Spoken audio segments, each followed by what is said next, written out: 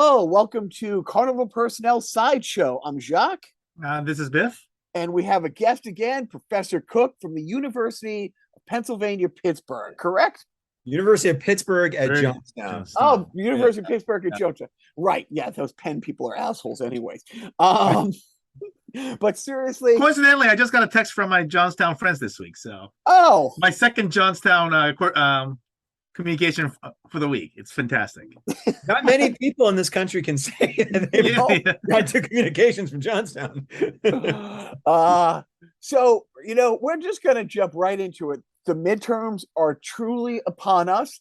The last time we had Professor Cook on, he semi-talked me in off the ledge on Joe Manchin. Yes. Made some really great points. Still hate him, but the way you articulate it's like, yeah, he's a bag of dog doo-doo, but in the state of West Virginia, that's the closest thing we'll get to a Democrat. Oh yeah. Without even like, and if in retrospect, I mean, his proposal, right, which moved some of that second part of that infrastructure bill was important. You know what I'm saying? He did budge in certain areas, and he did, but just one of those things. He's got to do it on his own time, and he's got his own state to represent, and he's got to I think it's cinema in Arizona that doesn't make any sense to me. Like, no. I don't know what's going on in her head. And Joe Manchin is actually very predictable and rash. Like, you know what I'm saying? Like, I get what that guy's up to, but well, credit where credit's due. And I think that you had said this or something akin to this. He is a very workable, reasonable, moderate Republican. But as far as this goes, and we're talking today, I kind of say this half jokingly, but not at all. Is this the last election we're ever going to have as a democracy? Well, first of all, the conventional wisdom is that the president's political party will lose seats in the midterm elections, right? That's kind of like not a law, but like that is as close as a law you're going to get in political science, right? So already off the bat, right, you're going to make an assumption that there's going to be seats lost by the Democrats because Joe Biden is president. On top of that, right, you look at Joe Biden's approval ratings, which are low. You look at the economy, inflation index, right, that it started to look like it was going to be a wipeout, like, a wipeout. And it has not been looking like a wipeout, but it's still, the ironic thing is that my prediction would be the Republicans take control of the House and the Democrats retain control of the Senate. Worst case scenario, I could be wrong on both. But I think the problem that like we're having right now is that we're almost in this new political age and almost all bets are off, meaning that Joe Biden's approval ratings, which are similar to Trump's, might be the way all presidents are going to be from now on. You know what I'm saying? They're always going to be just mired in these, like, I don't know what's like. So there's that aspect. The second aspect is that it seems that large chunks of the electorate have separated Joe Biden from the Democratic Party in the sense of how they perceive how they're going to vote. So other salient issues like abortion is actually more important than the economy, right? And so how there is going to be a group of Democrats who are motivated to vote just because of the overturning of Roe v. Wade. And it doesn't matter whether it costs $13 to buy a pound of bacon. You know what I'm saying? So they're just going to like go vote that way. Well, to be fair, Democrats, they're not going to eat bacon, right? So maybe. so the Impossible Bacon is going to cost $18, but yes, nobody, please. Well, that's another story unto itself, right? I have to explain. Well, and in fact, I think one of the biggest. So to answer that quickly is that this is going to be a turnout question.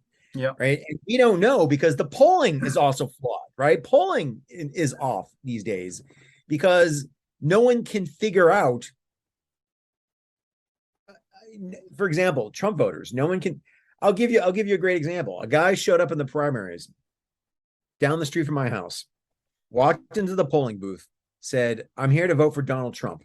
And when he found out that Donald Trump was not on the ballot, he walked out and didn't vote for anyone. Wow. So Donald Trump is not on the ballot.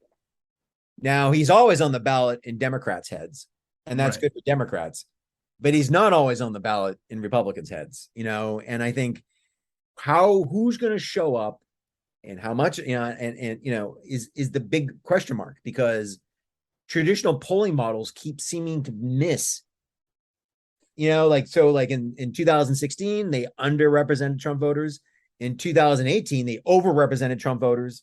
In 2020, I'm saying that was just a free for all, right? I mean, the turnout just went up for everyone in a way that no one expected. And so for the Democrats to have a good scenario would be, right, is that they beat the polls or they break even, right? Because that would keep the status quo. But the majority in the House would be like 3 or 4 at best. You know what I'm saying? They'd only have 3 or 4 more, and then they pick up 51 or 52 seats in the Senate. That's the best case scenario. So what scares me, well, I don't want to get up there yet. What's interesting about the polling being off is one of the things about the polling in 2015 is Trump supporters didn't want to admit they were Trump supporters. That's one of the big things that threw people off. I mean, yes, you had the cult flag flying off your pickup truck, people for sure. But a lot of remember this is that it's not only it's he won the Electoral College. He lost the popular vote in both elections. He won the Electoral College in 2016 by turning out voters in Michigan, like in Ohio, in 3 states. So we're not even worried about California, right? And so here in a state like Pennsylvania, in a place like Johnstown, which is Cambria County, he managed to churn out people that basically had given up. They had stopped voting. They historically were always Democrats because they were Democrats on economic issues. You don't want to ask them their opinions on a lot of other things, but on economic issues, they are diehard. They still are. That's the problem. I run into in Western Pennsylvania. These people are all flaming liberals when it comes to economic policies, and yet are to the right of the till to hunt on social issues. Right. So they're kind of doing themselves a disservice, though, right? I mean, they shoot themselves in the foot all the time. Right. I mean, Johnstown is hollowed out. Yeah. And when you actually stand in amongst the ruins of a one city, of a solid blue collar city, right? And they're like, "Well, we're really concerned about trans people. We're really concerned about someone taking my guns away." I'm like, "How about someone bringing jobs here?" Right. Well, it's funny, and it's just so hard to have a focused conversation because this is crazy. But one of the things, again, where a lot of people didn't want to tell people that they were Trump supporters. At the same time, I wonder how much of a what are they calling this? There's a new term. Rovember. Is there going to be a Roe wave like this blue tsunami that in Kansas? Nobody thought. Nobody knows, and there is always that possibility, and it really depends on. I mean, this is a numbers game, right? So you look at I looked at one poll and I just glanced at it and said, Latina women support Democratic candidates, but not at the same intensity as they did in 2018, right? That's going to make it if that poll is correct and they don't turn out at a certain level, yeah, that's going to make a difference. And so the question is that the Roe. I don't even know. I don't even what was the court case even called. I don't even know what the new. I don't even know. No, we always just call it Roe. It clearly, I think, has angered people, but it's not going to make a difference in Mississippi. It's not going to make a difference in Alabama. No, but what was surprising is that ballot question that came up in Kansas, right after the Roe versus the Roe over decision, and the turnout was staggering in a red state, in a ruby red, and it was only on one issue. One issue, and I'm gonna and I want to be the bearer of bad news, but the pro-life group will make sure that never happens again. Right. Yeah. I think they're called forced Yeah. pregnancy group. I think they're forced pregnancy group. Well, which, some of them, I thought they were just called Republicans. Yeah. I'm sorry. yeah, no, some of them are like, they are like, when you look, there are candidates in Michigan right now that think we should just get rid of birth control, which is another. You know what I'm saying? That's not a Michigan thing. That's something that POS Clarence Thomas has already put out there. And it's funny because we're all of an age, Biff's a couple years older than you and I, Professor, but Biff, is maybe in the age group, but there was a court case in Connecticut. Griswold v. Connecticut.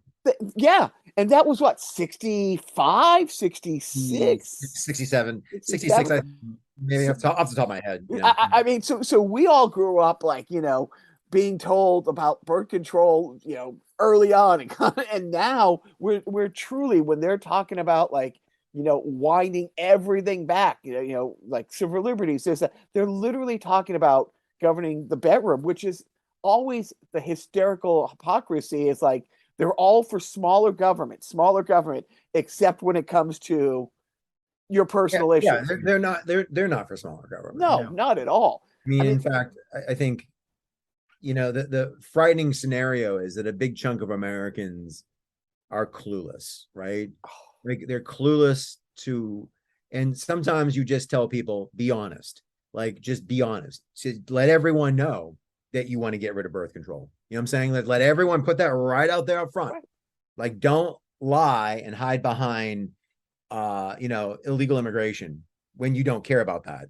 You know what I'm saying? And they don't, I mean, like, just, and they know, like, I think it is, pretty much proven that a majority of Americans were all right with the status quo on abortion issues, right?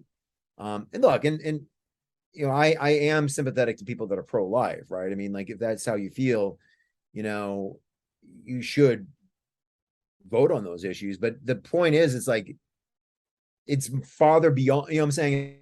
It's just like they want to control everything else, what I'm saying? And that's the problem. They want to like be able to like, well, my religion says you can't use birth control, so you're not going to use birth control. You know what I'm saying? And like, you're like, oh, we're not a Christian nation. We're a nation that's filled with a lot of Christians, but we're not a Christian nation. Well, okay, so right there, that's the scary thing is when I half jokingly, but in all seriousness, worry about this being the last election. Like you just said, a lot of the cluelessness is epidemic. There's so many people I personally know who never had opinions on politics until 6 years ago and now are experts. But if I ask them, tell me the difference between what is the House and what is the Senate? Like what they cannot tell you the difference between the House and Senate. But and half of me wants to say, oh, well, you should, before you vote, be able to answer basic civics questions, but then there's a whole poll tax. But what scares me is if we lose the House, because if the Democrats lose the House, that is my big concern about civilization ending as we know it, because it's not Republicans taking over. It's not. I know. It's not John Boehner. It's not. Who was the last Republican speaker? Why am I blanking? What is it? Paul Ryan.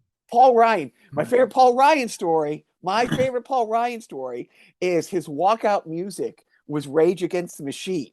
Yeah. and Rage Against the Machine comes out and says, dude, you're the one we're talking about. Yeah. Like they sent him a cease and desist. It's like, he's like, oh, I listen to them when I do my. Come on, this happens constantly, right? Like Reagan with Born in the USA, and recently, We're Not Going to Take It was another one, right? Oh no, the great thing is, Donnie Five Scoops coming out to the Creedence Clearwater song. Oh yeah, dude, that song's about a piece of shit who's got through life, handed everything, and you are that. No, maybe he's that self-aware. But look, I'm not a fan of John Boehner, not a fan of Paul Ryan, but you have people coming in. Marjorie Taylor Greene, who has publicly said every chance there's a microphone in front of her, we are a Christian nation. Yep. You know what? She is a proud Christian nationalist. Christian, that's a word, Christian nationalist. And last week, I can't believe it, but on last week's podcast, Professor, we had a congressional candidate, the Democrat congressional candidate for District 1 and Idaho come on.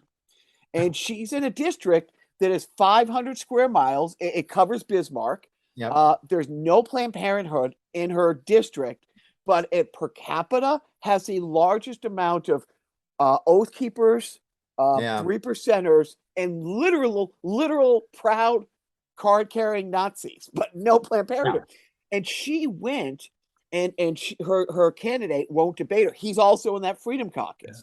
Yeah. And she went to one of these mega churches he was speaking at and videotaped it. She said it was the hardest hour of Oppo research in her life. But he's standing at the church preaching, half like campaigning, saying his job is to get something in writing, a law to protect religious freedom, because they don't have religious freedom in this country. And it's his goal to make sure. And she's like, I'm not an expert, but I think the first line and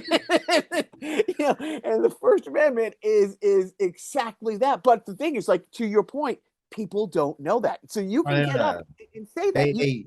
They fall. I mean, like right now, a lot of young people, for example, think they can have it all. They can have their cake and eat it too, right? And so they love the part about how conservatives are fighting the man. They love that. Right. Anti-authority, right? Yeah.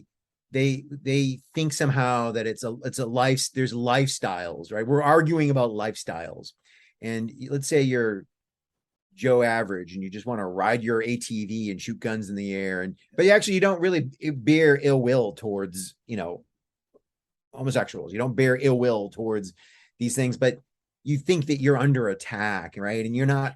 And I don't want to put words into people's mouths, but you meet a lot of young women and they just assume that birth control is there. They're never living in a world where it's not there, and they're going to be voting Republican and sometimes be voting for Republicans who specifically said, I want to get rid of birth control. Yeah. But they're worried about Alexandria Ocasio-Cortez. You know what I'm saying? And they're worried, and you're like, well, why? What I'm saying? Like, one, she represents New York, and two, I'm saying like what are you afraid? And it's it is fascinating the fear of immigrants in parts of the U.S. where they're just not around, right? I mean, and that's the story of where I'm at, right?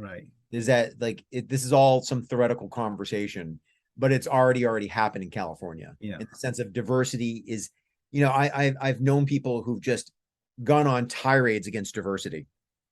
And you're like, diversity just is. It's not something. I'm saying it's not a plan. It's not like, I'm saying it's not a government control over you.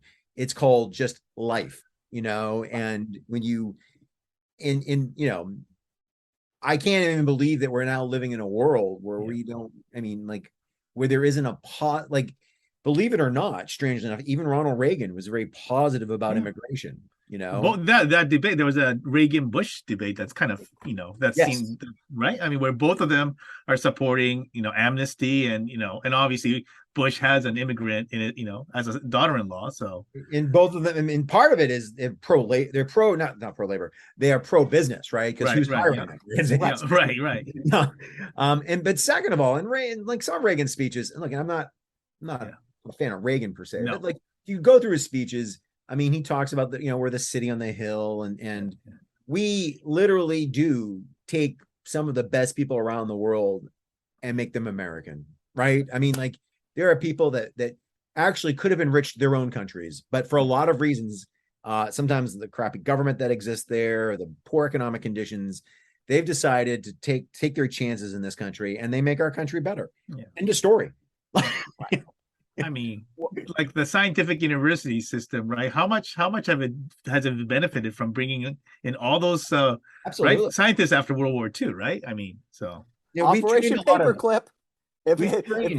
Right. Oh, I was gonna say we train a lot of South Asian doctors, and a lot of them end up not wanting to go back. They don't want to go to they want to practice their skills here in the United States, and we're better for it. Biff, what are your thoughts on immigration? Yeah. Well, there is a funny irony where in the 80s, I was kind of bitter about the amnesty because I am an immigrant, but at the time, I was at a point where I did not have like a permanent stay at that point. So it's like I said, it's like, why is it that like the people who essentially broke the law get a free pass, and I'm a stupid kid, right? So, obviously, I understand a stupid kid going to Caltech, but whatever. But the other thing is, and that's the other funny thing is that ironically, like Columbus Day is an important day for me because I was, I won the green card lottery, which is essentially, anchored on Columbus Day. Like Ted Kennedy, I think, introduced that bill to, I think essentially was to kind of promote Irish immigration, I wanted to say. And then then a bunch of other countries got to tag along. And so I was a beneficiary of that. But so now Columbus Day is literally the day that, helped me, get my stay here. But of course, I clearly have my feelings regarding Columbus Day, right? So well, we like to call it Indigenous Peoples Day, Yeah. or Right. but seriously, touching off on Reagan, it's funny because what Reagan did with the amnesty thing he gave, he also, to your point, Professor, that's when the switch got flipped. It used to be if ICE came to a farm in Modesto, California, and there's couple hundred, migrant workers out in the field, the company got in trouble. But he switched it where no, the guy out there truly working for a couple bucks an hour, with no rights, with no benefits, with no anything. Yeah, we're gonna take it out on him. And think about this, because if you actually arrested the people that hire them, you would end illegal. Right. Yeah. And that's why right. No one's ever going to do that. And the second thing is like, it really how this scrambles traditional understandings is that immigration was an issue that actually wasn't liberal or conservative, right? In the 80s, right? Is that a lot of like union workers are going to be anti-illegal immigration because illegal immigrants lower pay, right? And that's a threat to labor unions. Yep. Or labor unions, a stalwart of the Democratic Party. Right. And so Trump is the final kind of realization of prying away these like blue collar, and I hate that term, like as if like everyone in the world isn't a white person, blue collar white person. You know what I'm saying? Like there's, and there's plenty of African Americans, Latinos, and Asian Americans that are blue collar too, right? But the separation of social issues from economic issues is almost complete now, right? Is that no one can actually articulate any economic thought in their head if their life depended on it. But if you ask them why they're conservative, it's going to be on social issues. Yep. That is the flag they fly, right? That's the partisanship that which they are.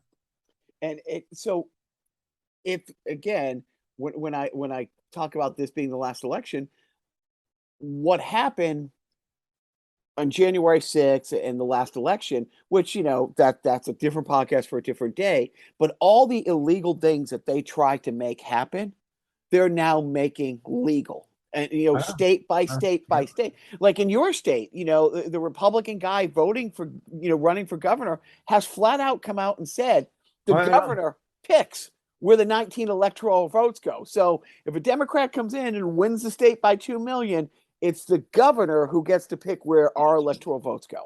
And it's absurd, right? I mean, because actually, here's the problem. A lot of Pennsylvanians don't know he said that, one. A lot of Pennsylvanians are so beholden to our party politics that it just doesn't matter. You know what I'm saying?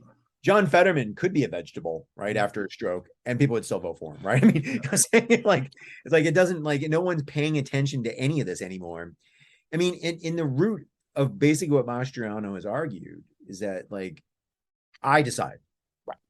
You know what I'm saying? Like, right. If the Republican wins fair and square, we've had a fair and square election. And if the Republican loses fair and square, the Republican wins. You know what I'm saying? Because I'm fair. You know what I'm saying? Like, it just, and that is in no way, shape, or form democracy. And it's no way, shape, or form a republic, right? I mean, so Right. we're a public crowd, like that's wrong too. Like there is absolutely no, So that's yeah. frightening, So like. yeah. So you touched on John Fetterman, and that, like, as an outsider, that's a fascinating campaign. But is there something you could tell us that the rest of the country doesn't know? You being in Pennsylvania, like what can you tell us about what's really going on with that? Because it's just a hilarious show, but Fetterman, I mean, in the Democratic primaries, he ran against Malcolm Kenyatta, who's a state representative from Philadelphia, and Connor Lamb, who's in the House of Representatives, but is also from Western Pennsylvania. And Fetterman right now is currently the lieutenant governor. And Connor Lamb is the classic, in fact, I'm not the first person to say this, but he's the essential casting, right? I mean, like he's a combat, and there is a lot to say about Connor Lamb, right? I mean, he's but he is smooth, right? I mean, but he's a combat vet. He's got the right positions. He's also has, he's won in a very changing district, where because of his own skills. And Malcolm Kenyatta is African American, and what Fetterman's strength was, and listen, and I really do believe this, and it's almost like kryptonite to like Republicans, is that Fetterman presents himself as a guy that just doesn't care. He dresses the way he wants, right? He's rough. He presents this persona. And a lot of those Trump voters like that. Yeah. Because those Trump voters are actually not conservatives. Right. There's a chunk of, now some of those Trump voters are fascist, but some of those Trump voters are libertarian. Some of those Trump voters are like, screw you, I'm voting for this guy because he just sticks it in the eye of everyone, and so Fetterman can actually pick off that chunk. Right. And if you get the turnout in Allegheny County in Philadelphia, right, he is going to eat away at the margins in rural America. And the problem, once again, is that we're in this midst of just rapid change. So, I mean, I have some neighbors that are uneasy about Fetterman's campaign. And you're like, well, unfortunately, that's how we campaign now. You know what I'm saying? Yeah, right. You're like, right. I don't know what to say. That's the world we're going to live in. And Fetterman has run, I think, a very interesting campaign. I think the question is, it will come down to turnout, right? I mean, I think Mehmet Oz. This sounds horrible. First of all, I don't know what a Mehmet Oz is. Like, what's in his head? We'll never know. Yeah. I mean, regardless of the fact that he's actually not from Pennsylvania, right? Right. Yeah. Leaving that aside, you know what I'm saying? Like, is he an intelligent person? Does he sit down and think deep thoughts? You know what I'm saying? Is he like, is he socially liberal on certain issues? We'll never know. Right. And you've got to play a role, right? And he's got to be Mr. MAGA, right? The problem that he runs into, and I feel awful saying this, is he's not one of them. Right. His name is Mehmet, right? It's Muhammad. And in the translation out of Turkey, it's Muhammad. He cannot. There is that crowd of people who cannot vote for him. Well, you can't be a Christian nationalist. You can't be. And here's the problem. Like, Mastriano will probably get more votes than Oz. Yeah. You cannot, like one of the major donors from Mastriano, the guy who did Gab, right? He founded Gab. It's like, I don't even want Jews around. He's like, Ben Shapiro, like, does not welcome in our campaign. And so imagine what they're keeping under the wraps. That's the amazing thing. It's funny because one of my son's doctors, really, really, bright guy, is from Turkey. You know what I mean? And we had this great discussion like a couple of months ago. He's like, I wish I could be excited about a Muslim from Turkey becoming a senator, but it's like, he's like, it's the worst of the worst, which, all kidding aside, but I get that. But that's the thing. It's like, I don't even know. I don't understand. And I thought I understood civics to some degree, but how can a guy who still votes in another country's election, I'm going to. This is my own opinion, okay? And I feel like I'm going to get struck by lightning by saying this. I think it disqualifies you. Like, I'm actually one of those people, like, dual citizenship in theory is nice when you want to like connect back to whatever home country you came from, but you can't be a dual citizen. You have to be a citizen of one. You know what I'm saying? And to be a senator, his dual citizenship would actually prohibit him from hearing certain kind of national security hearings. And that's troublesome. You know what I'm saying? Like, and if he's, as I said, if left to his own devices, I don't care what the hell he does. You know what I'm saying? Like, if he wants to go off and vote in like the mayor election in Istanbul, whatever. Like, not Constantinople. Yeah, that's not Constantinople. My wife hates it because she lived in Turkey for 8 years, and every time she mentions that, instantly, as soon as she says that, they might be giants, the whole track runs through my head. I don't have the physical ability to not say Istanbul, not Constantinople. I don't. It's like an affliction. It's an OCD thing, or as she calls it, a moron thing. And hey, who's to say she's not right? So yeah, the what you end up with is that at some point, like, you've got to, and I have no problem with him being American. Like, I'm saying, you can be a Muslim American. You can be and you can be proud of being from Turkey. Yeah. You know what I'm saying? And that you can be that too. Yeah. But like, at some point, like, no. Yeah. I mean, it's like, again, this is what worries me. It's somebody like him who's a registered foreign agent, and somebody else voting in the election who wouldn't have classified intelligence. It's funny about that. If you want to speak about Turkish issues, the Michael Flynn, Trump's first national advisor, that was a guy that might have been cutting a side deal with the government of Turkey. Yeah. Because there might have been interesting. I know. Let's be careful. We don't want to outpace what we know, right? But there is a Turkish dissident living in the United States who Kara wants back desperately to put the guy to death, probably. You know what I'm saying? But like, and we're all pretty much, it's funny, everyone always focuses about Russia, but like, I think there was like, as soon as you become national security advisor, send that guy right on over. You know what I'm saying? I forget his name now, but like, he lives in Pennsylvania too, actually. But the thing is about, I mean, both foreign agents is like, the problem of Oz also is like, what do you actually believe? Like, because you are literally like you are like the quack doctor on TV role. You know what I'm saying? And like, I feel like he's just doing this to help keep his money, right? He's keep as much money as he can, right? I mean, he pushed aside. It's funny is he pushed aside some like serious Republican candidates. Like, Trump went to him because he's a celebrity. Yeah. And this is like, that's another story, I think, about how Trump was being a wrecking ball in the Republican Party. I got to stop you. I wish he was a wrecking ball in the Republican Party. He's a wrecking ball for our nation because he's backing somebody like Oz, who, again, look, I might get struck by lightning saying this, but I think Oprah owes us all an apology, between Oz and the other quack that she's brought onto our world the last like 30 years. But as far as the wrecking ball goes, so you got Oz, who, let's just move on from that because, I don't think he should be able to run. Then you got somebody like Herschel Walker.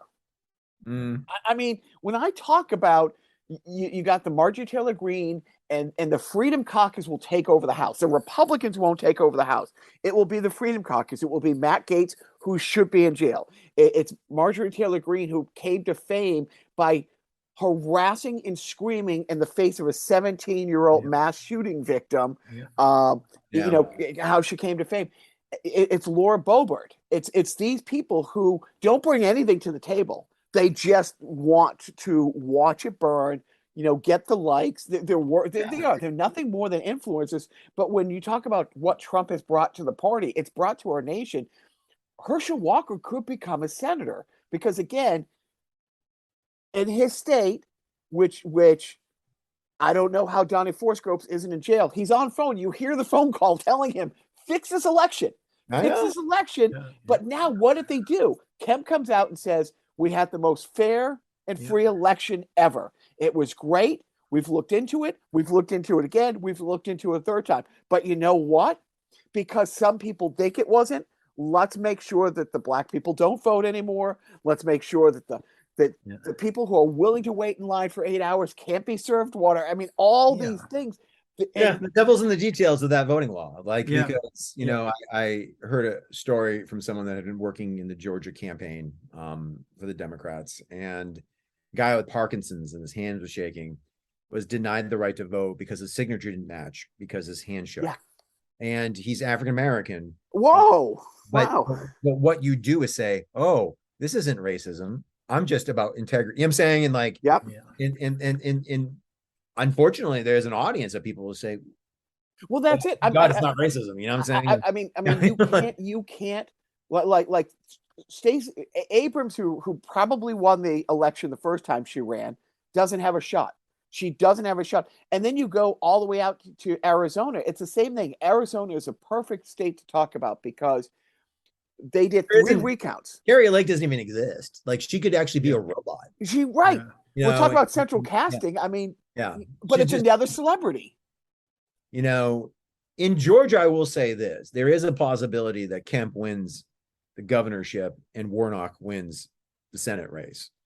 And that, I mean, Herschel Walker is just a disaster. Like, you know what I'm saying? Like, he's a disaster in a different way than Carrie Lake, right? And Carrie Lake is just, and she is a disaster in a different way than Marjorie Taylor Greene, right? So you have these weird differences, right, between these kind of candidates. And the thing is, so you know, with Arizona, they did 3 recounts, and in each recount they found like 20 more votes for Biden. Not many, but so then they brought in on the taxpayers' dime that cyber ninja who have no expertise at all. But the problem is she's running on, this election was fixed. It's like in her own state, there was 4 recounts.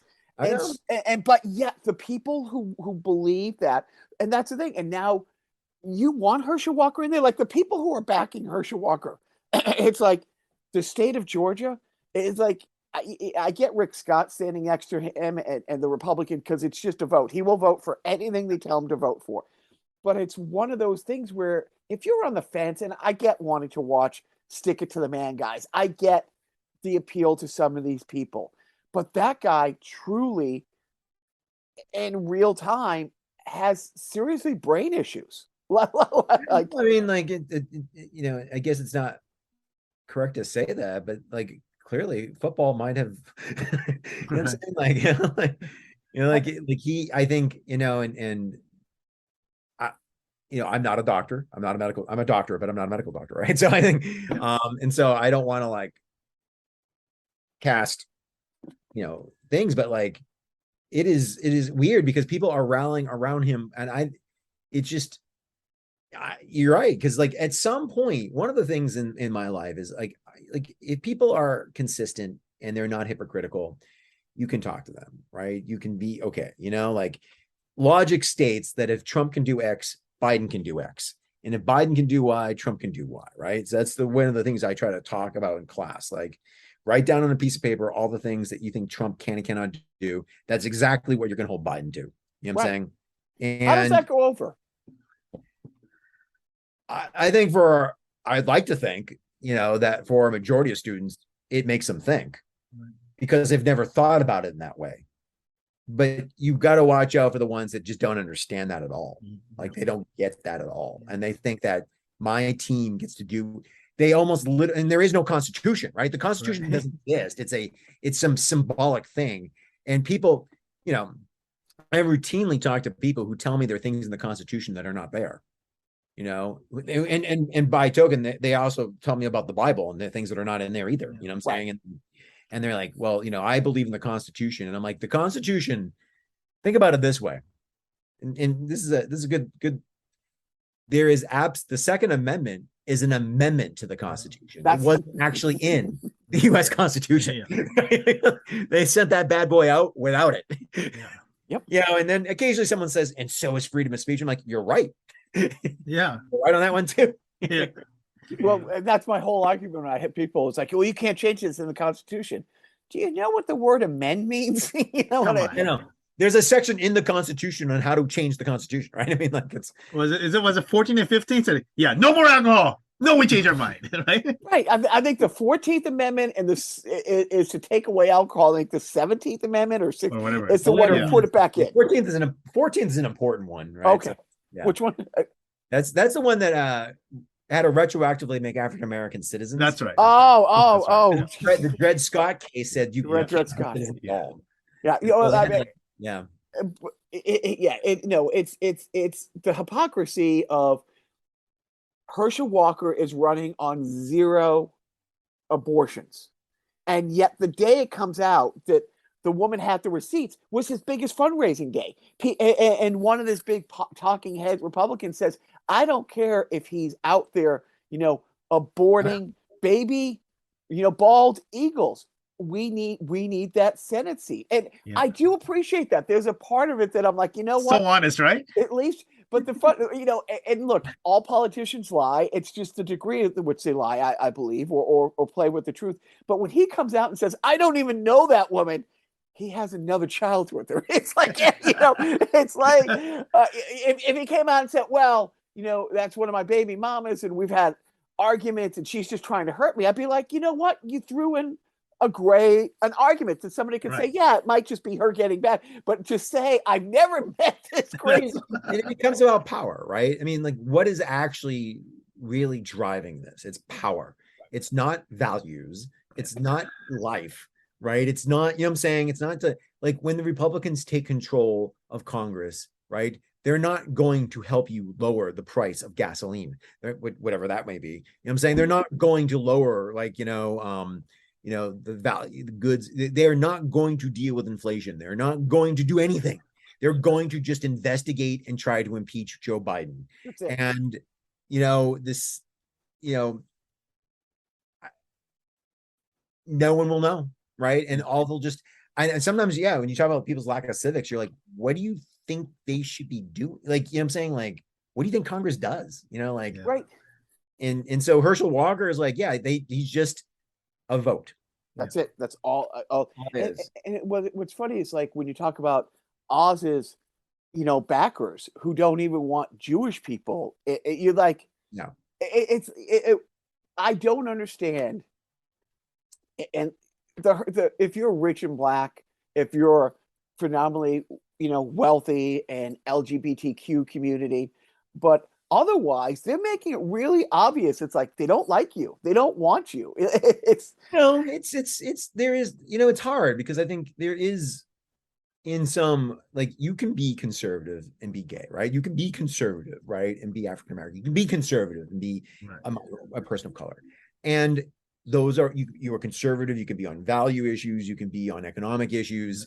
It doesn't negate of who you are. You know what I'm saying? Like, and however, at some point there is this element there, like that guy who runs Gab is like, what more do you want? Right. Like, I don't want Jews. You know what I'm saying? Like, I mean, do you want like a flashing neon sign that says, what I'm saying? Like, this guy's got problems. The unwelcome Matt is put out there, and it's funny. I think we've come a long way, but I have some friends who truly are, well, both sides are the same. And they'll be like, you'll mention, I'm trying to think, the false equivalency, yes.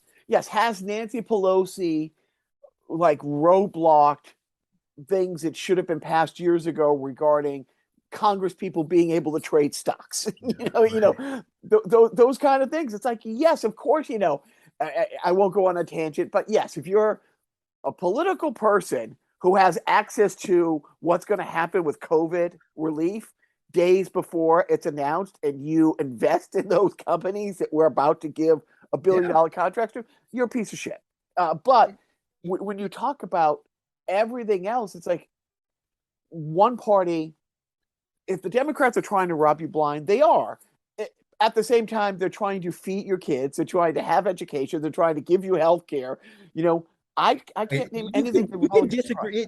Absolutely. Like, sometimes it's like, there's going to be people that, you're right, they're just not going to like Joe Biden's policies, right? That's just not how they would see how they want to fix a problem or whatever. But but we're now facing a very dire situation is like, but at least they still believe in democracy. You know what I'm saying? Right. Right.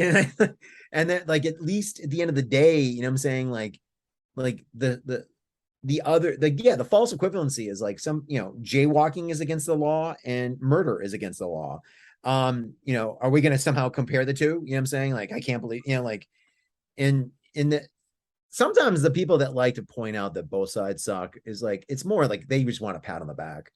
They want some sort of like, it's lazy cookie or reward that they get to point that out to you because, we're all dumb and like that. They're the smart ones, and you're like, I'll use John. But isn't part of the reason both sides suck is because people really don't really vote. They pay attention. They don't vote, with actual intelligence. Because if they did, right, they would. It seems like both sides would suck less, right? Because I'll give you a great example. The former congressman from Johnstown is a guy named John Murtha. And John Murtha, he was a little corrupt. To get some money on the side every once in a while.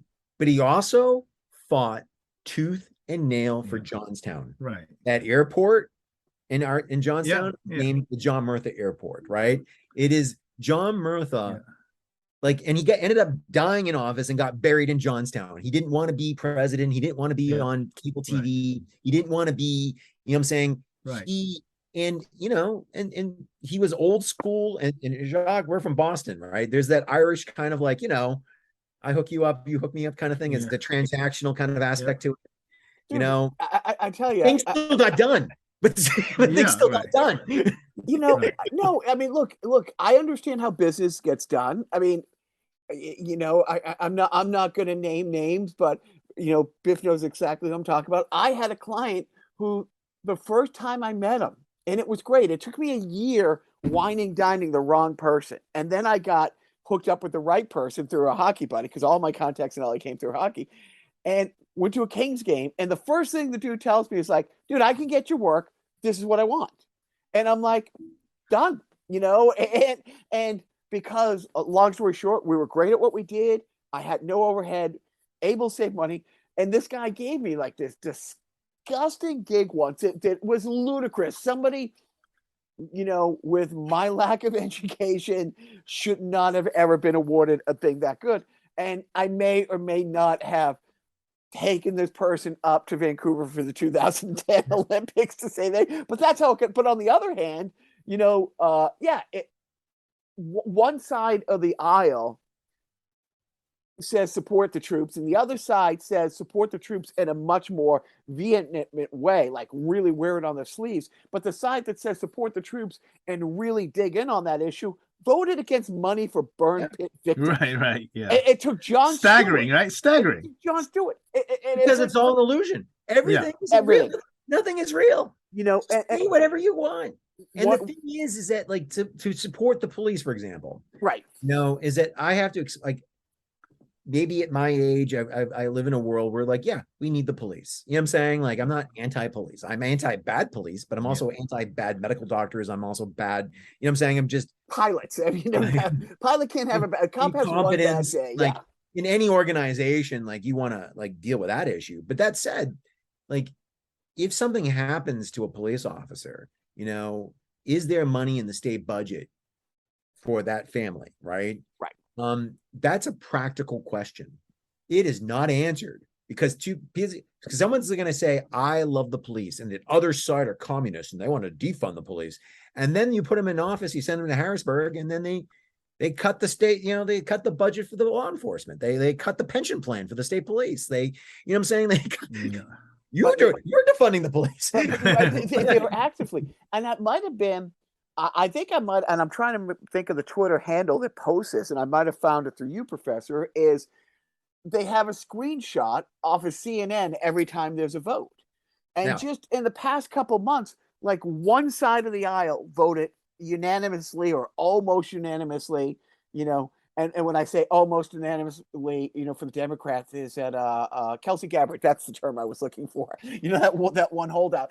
But it'd be like, okay, we're going to cap insulin prices, and one side votes all for it. One side votes all against it.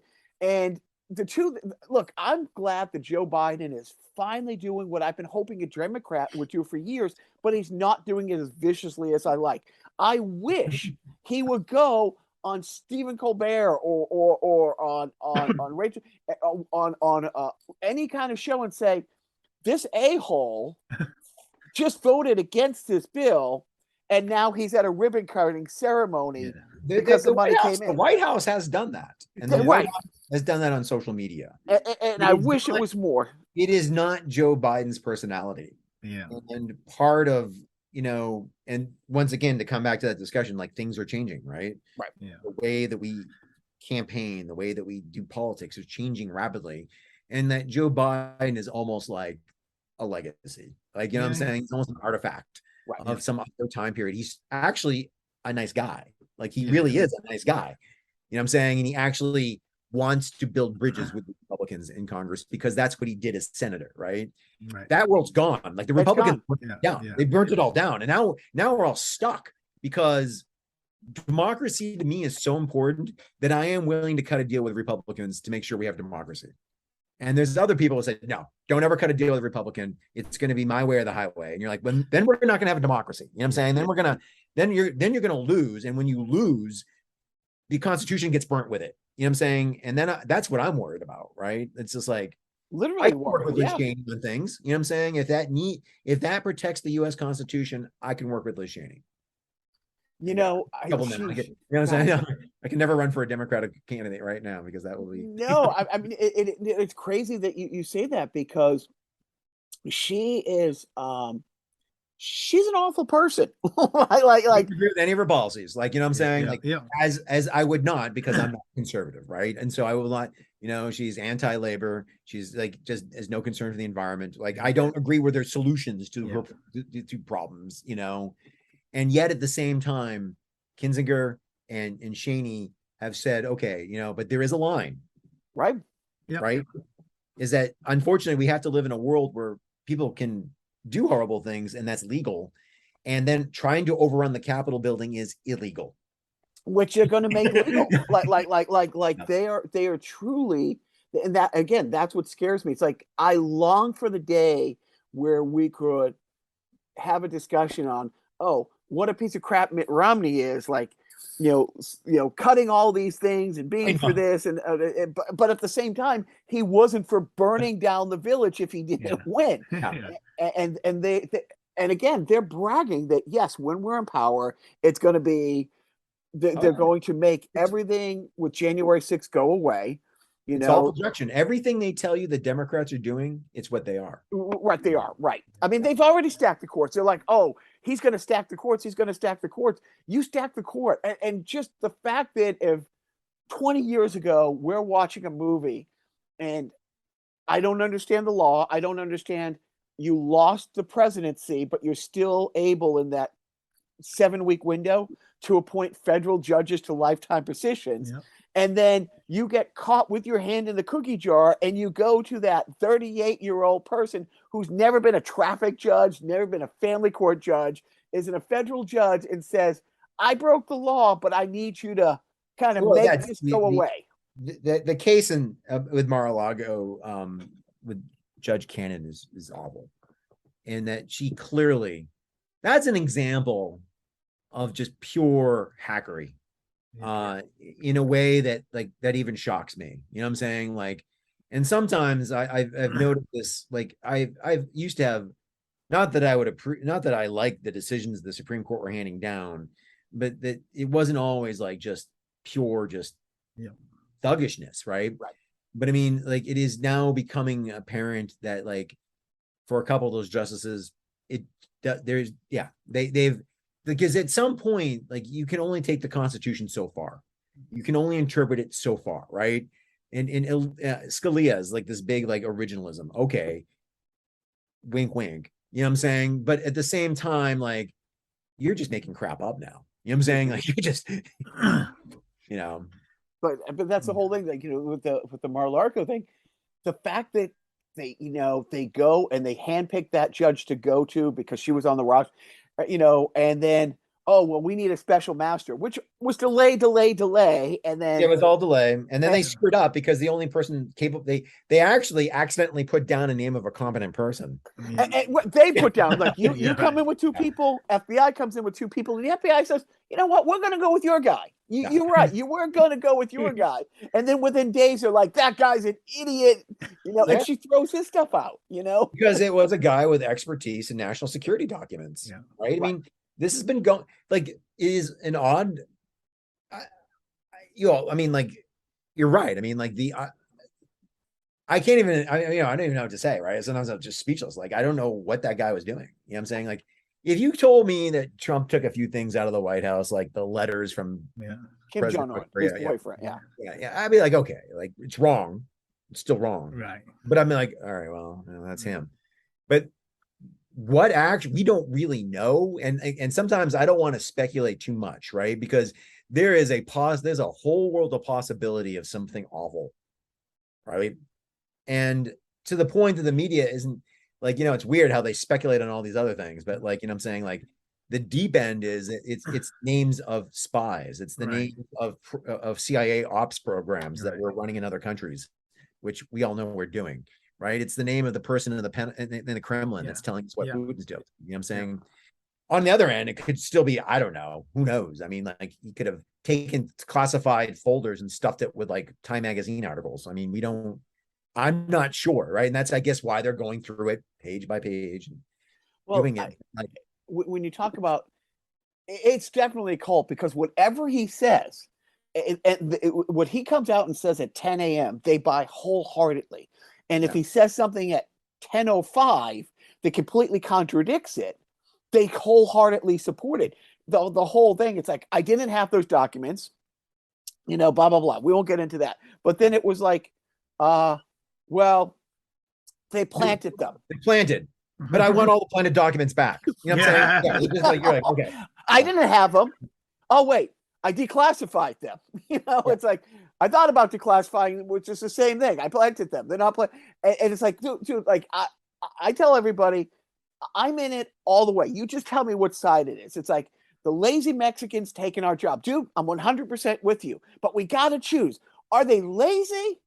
Or are they taking your job? Because if they're taking your job, they're not lazy. So I'll back you either way. But which side are we on? And that's what frightens me, is that, like, I dug out this book a while ago, right? Oh. Which actually I read in 1984. So because we can't see, we're not a video video podcast. It is George Orwell's 1984. 1984. And so I read this in 1984 too. And so I pulled it out, and it's funny because, first of all, let you know right off the bat, Orwell's a socialist, right? He is a diehard socialist, died a socialist. So, like, I don't want people to, but I mean, like, the idea of, like, war is peace, freedom is slavery, I'm saying, the Ministry of Information, which his job is, right, is to constantly change the party line, right? When the party says this is the new information, we're always at war with you, like, he has to go back and remove all traces of, like, whatever, right? And that's the world that we're living in. Right. And there is no, like, I run into people that are older than me. I'm 51, right? And you're like, you should know better because you were around. You know what I'm saying? Like, what if I remember Ronald Reagan doing X, you should remember Ronald Reagan doing X. But you know what? They don't. No. You know why? Because they're just like everyone else.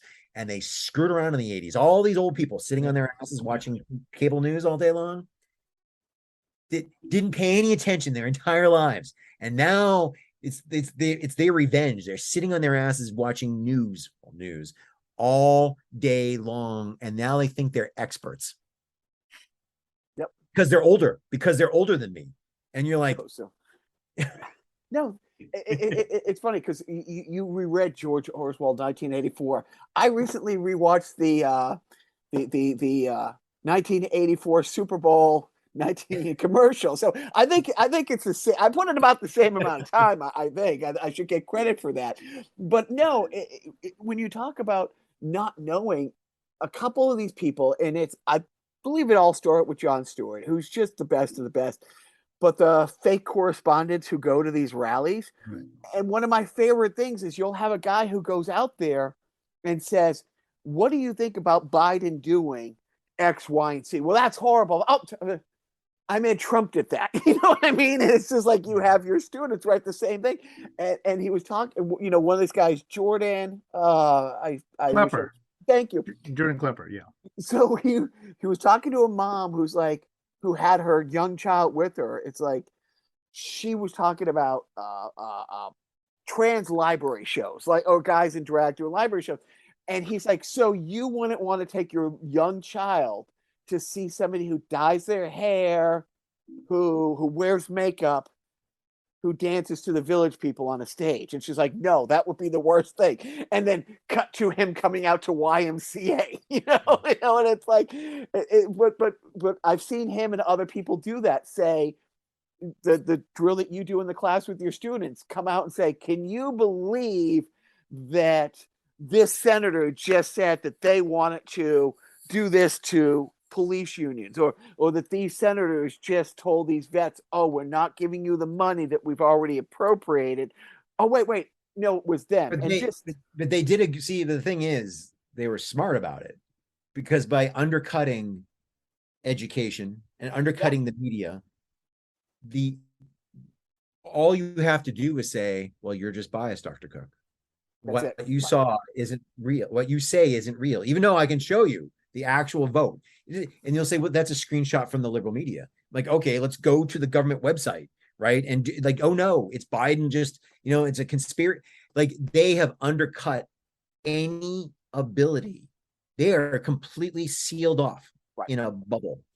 Not everyone. And then there's just a group of people that have no clue. Like, they're just like, wake up and don't even know who they're going to vote for that day. You know what I'm saying? Like, but there's a group of people that are no longer exposed to, like, it is everything's.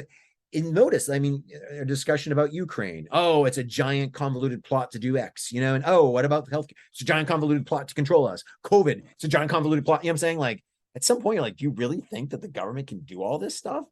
Like, do you know what I'm saying? Like, you keep that many balls in the air? Right. You know what I'm saying? Like, it's a funny thing. It's like how, you know, the whole, but it gets down to, is it this really, is it the Illuminati? Because when you say to somebody, it's like, you know, COVID's a worldwide thing, you know, every COVID or gas prices, you know, it's like gas prices. My wife has gone to Europe 3 times this summer, and she's gone to Europe 3 times and out to California. And it's like, dude, if you see gas prices at $4, be really thankful, because in California they're 6. But she was just in Ireland and Spain and London. It's like, you know, double digits and stuff like that. So it's, dude, and again, with the whole, and you're right, all you have to do is say it's fake news now. All you have to do is say it's fake news. Biden, love or hate him, and I do like him, but when you see the list of things that he's actually got accomplished with one hand tied behind his back, you know, there's this, he might have dementia, look at him, and blah, blah, blah. It's like, you know, for a guy who might be like declining and having dementia, he's accomplished a lot of really good things for red states, for blue states, for everybody. I tell you, I'm gonna go on a limb and say his gut instincts are actually more liberal than Obama's.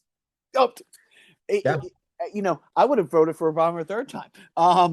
But that's strangely enough, a group of people that didn't vote for Biden would have voted Obama for a 3rd time. No, well, again, the woman, you know, Lake out in Arizona, she voted for Obama twice, and has gone from voting for Obama to, you know, downing a pitcher of the Kool-Aid. You know, I mean, that is. But Biden has been wildly successful.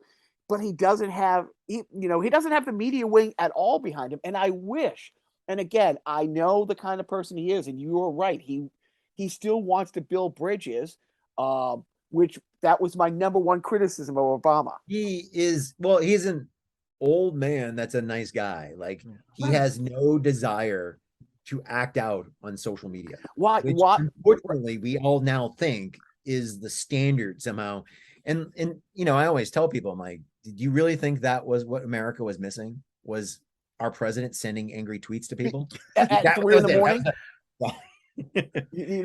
Like America, we could have done so much more if we just had presidents sending out angry tweets. And if I know he wouldn't do this. I know he would never do this. I know no president except the last piece of shit would do it. But when he went down and with DeSantis was speaking, I wish he would get to the podium and say, hey, unlike this guy who voted against funding for Sandy Hook, not Sandy Hook, for Sandy? Yeah, for Hurricane Sandy. Okay. Like, we're not going to play those games because I'm the president of the United States and I want to do that. But I wish that would happen. I wish, because people behind him have said it. It's like, oh yeah, look at DeSantis when he was in the Congress, he voted against relief funds for other people who had natural disasters.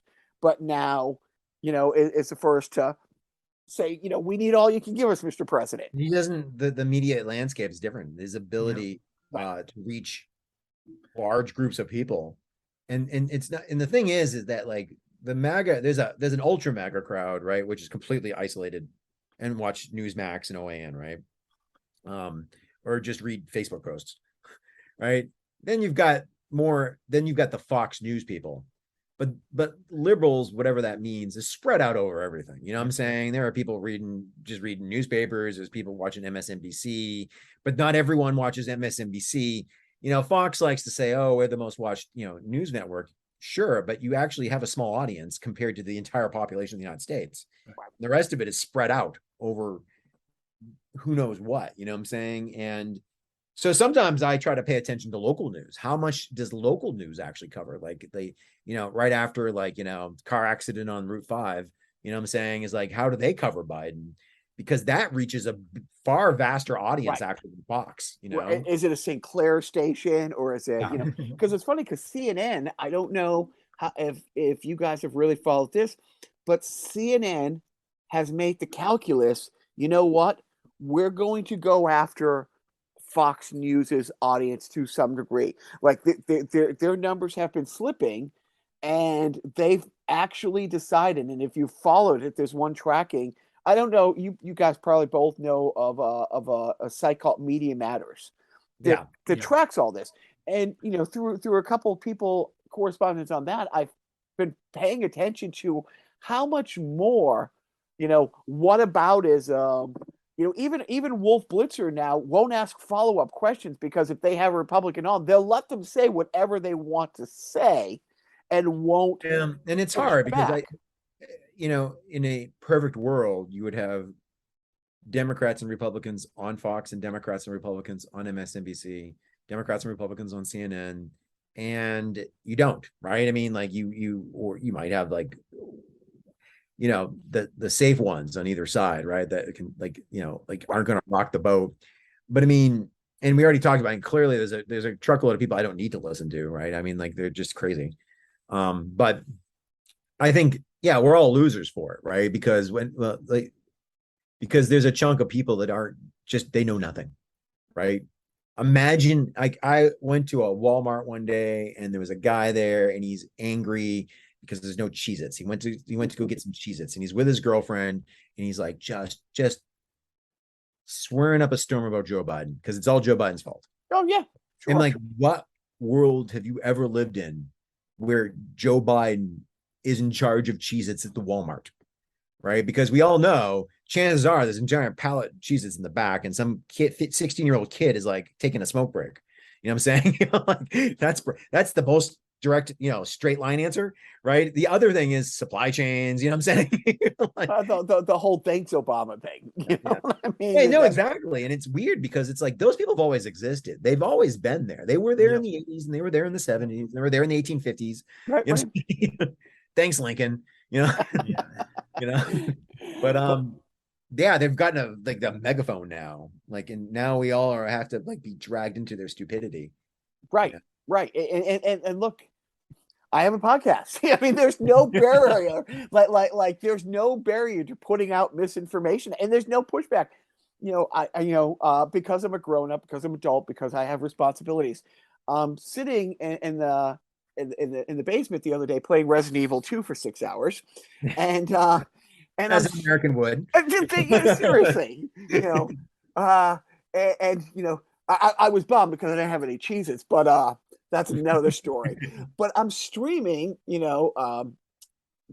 there's a station out of Chicago. It's this morning show, and because of where I live, I keep getting commercials from New Hampshire. I live right on the border, and I guess there's no more laws about lying flat out in political ads now, because the person who's running, and I should have written down his name, against for the governor, is flat out, the whole ad is Joe Biden, the candidate he's running against, the woman's like, she has a house here, she has a house here, she has a, but she's voting for Joe Biden's agenda to tax people who make $75,000.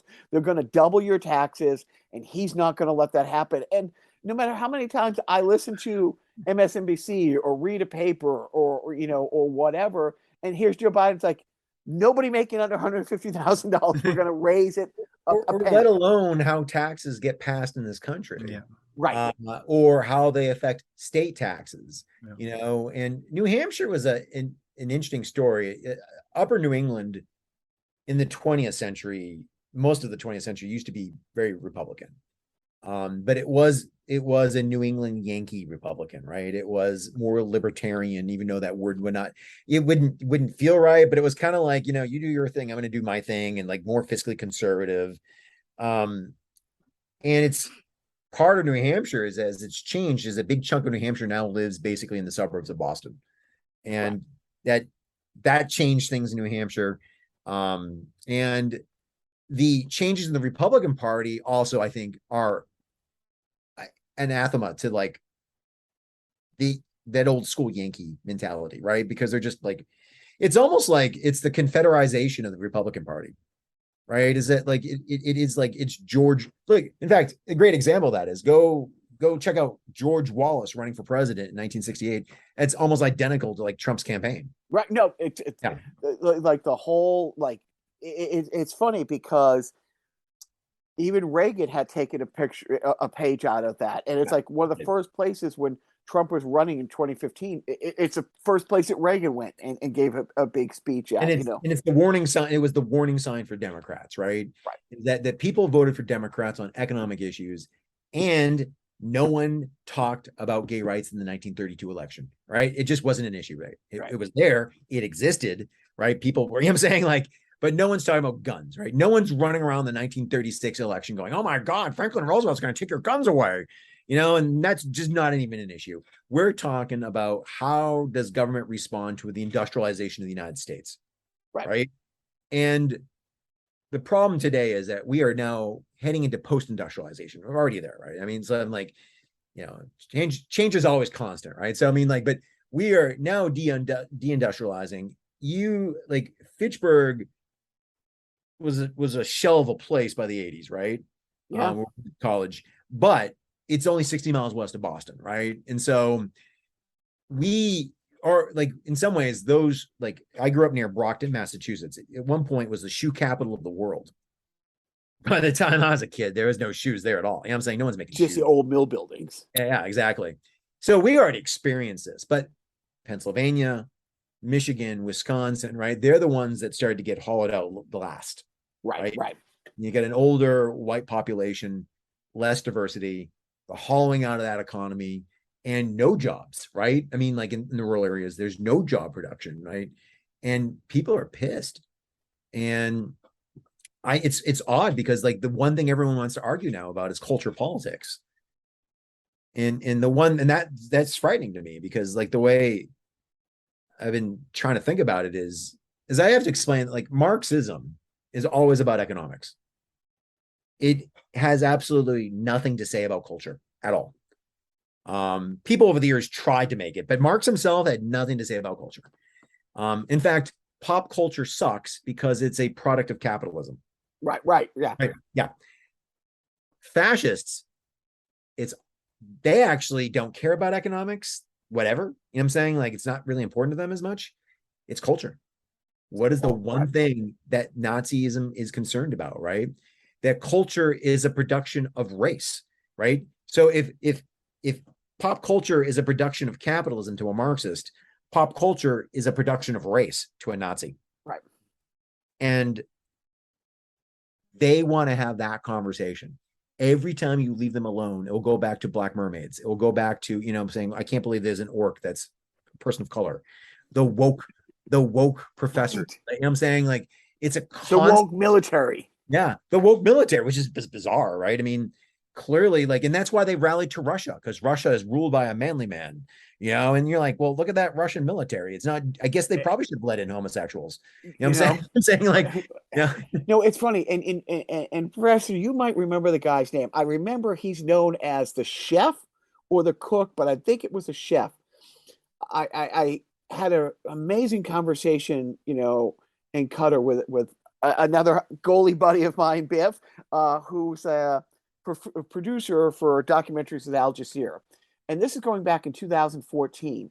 And I guess this guy, who's a right-hand person of Putin, had written a book that they refer to as the cookbook, which is why I think the name the chef or the cook came from. And he basically said, here is a pathway to destabilizing and defeating the West without firing one shot.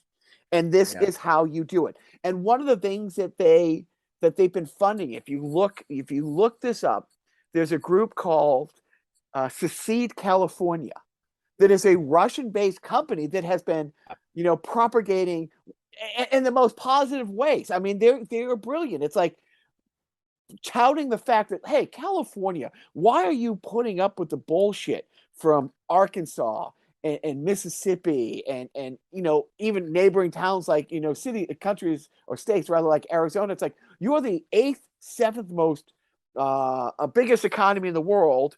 Your senators represent 40 million people. The senators from Montana represent 800,000 people, but yet they have the same vote. You should be your own country. And that's how they've been playing that.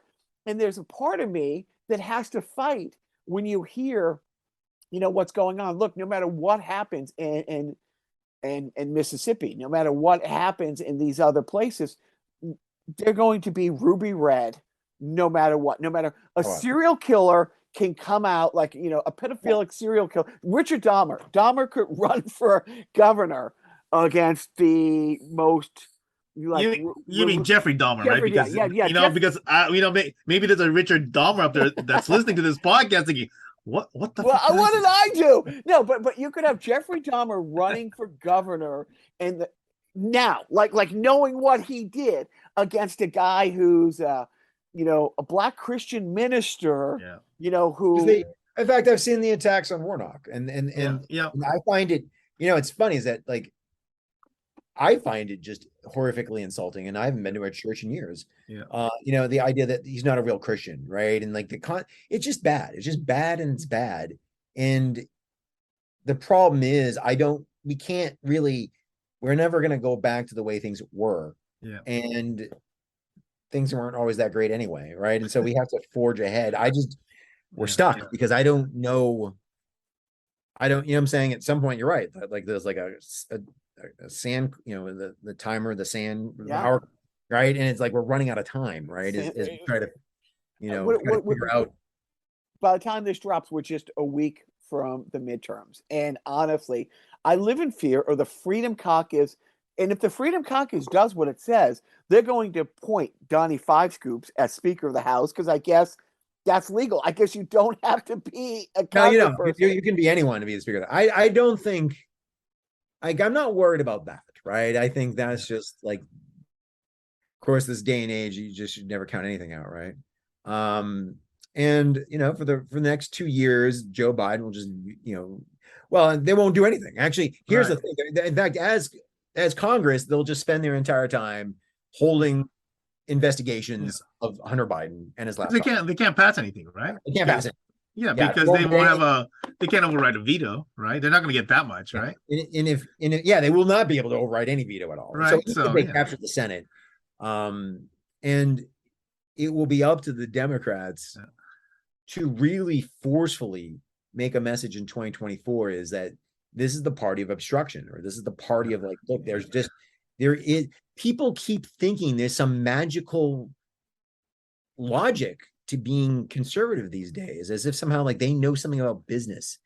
Clearly, they don't. You know what I'm saying? Like, you know what I'm saying? Like, we've got major issues, and I don't know. Otherwise, we're just doomed, right? And this is why they're just genius, because for decades they've been the party that's better with money. They know how to run it. But and we can go back president by president by president. It's like they run up the deficit, and Clinton came in and fixed it. They ran up the deficit, and it's funny because the last time you can make a claim that the Republicans are better with money is like Herbert Hoover. Right. And we could use a man like Herbert Hoover again. See, now that's an old reference. No, now All in the Family theme song is running through my head.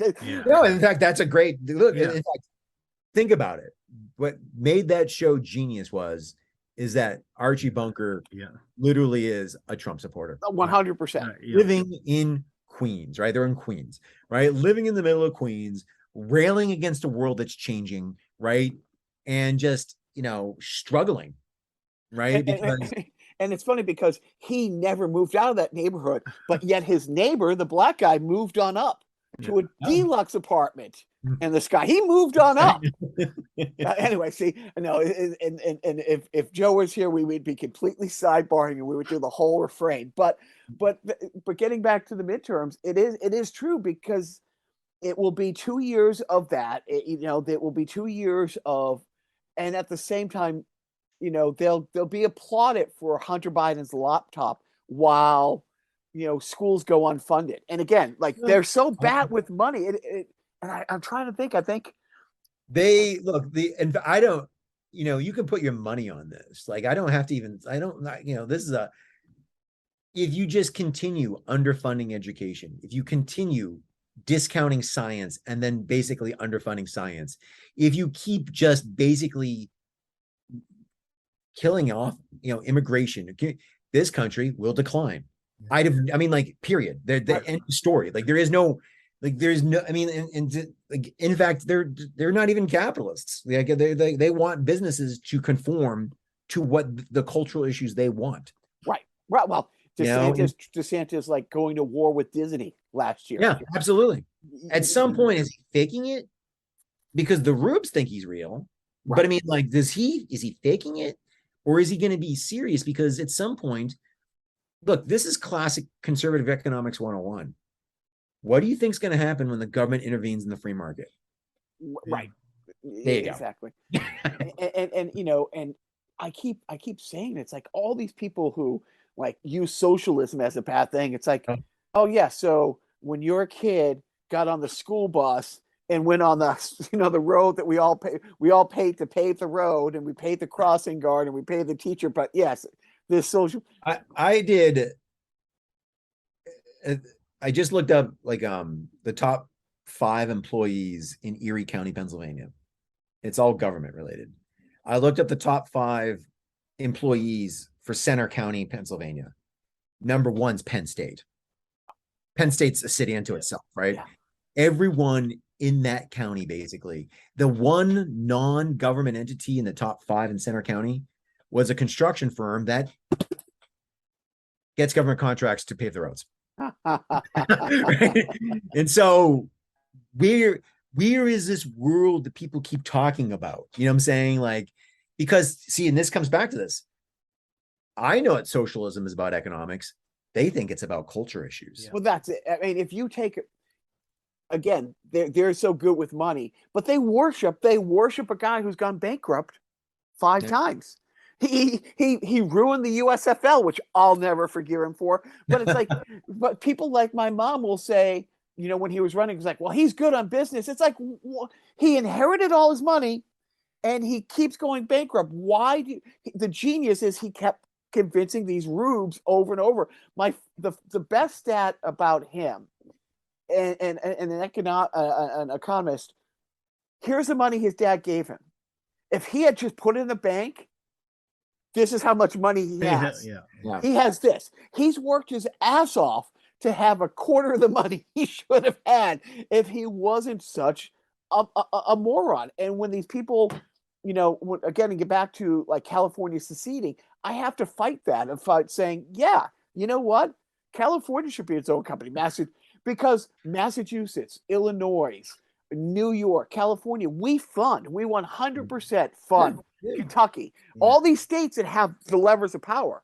You know, Rand Paul and him and his dad's year of service, never once has that state under their, Massachusetts is a richer state compared to most other states. It has one of the highest levels of education amongst its populace. It has one of the lowest divorce rates amongst the country. Hear that, honey? Sorry.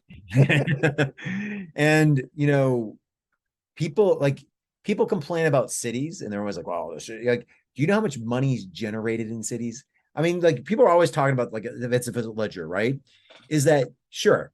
There's poverty in Philadelphia, but you know how much money is generated, like the entrepreneurial spirit is generated in Los Angeles.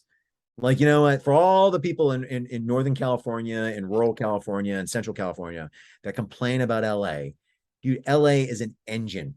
Yep. It's an engine, right? And there's problems. Like, don't get me wrong. Like, we are, like, housing is an issue, right? I mean, like, the climate is an issue. But that said, all the money gets drained into other places where people aren't generating money.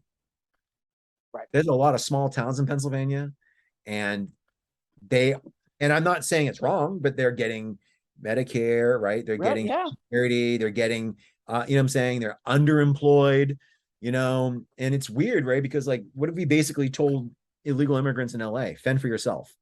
Right. And these, and they generate, and they make money for people too, right? But that's, I mean, it's, again, all these sidebars could be, shows unto himself, but it is true. It's like those places that fund all these places. But right now you have, again, the ones who are well-spoken, who are educated, politicians, the Republican Party, even they're flat out coming out and saying, yeah, we're going after Social Security. And the people who are going to vote for them, it's like, are you not listening? Is it Maya Angelou who said, when somebody tells you who they are, believe them. Yeah. They're flat out telling you, we're coming to legislate your bedroom. We're coming to legislate, your health care. We're coming to legislate your, you go down the list. My favorite thing about, like, what's going to happen if they get the House of Hunter Biden stuff, or the Hillary, the lock her up thing. For the first 2 years, dipshit had the House and the Senate.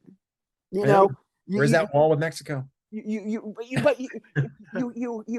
ask Steve Bannon because he's raised some money for it. You had those 2 years to investigate Hunter Biden then.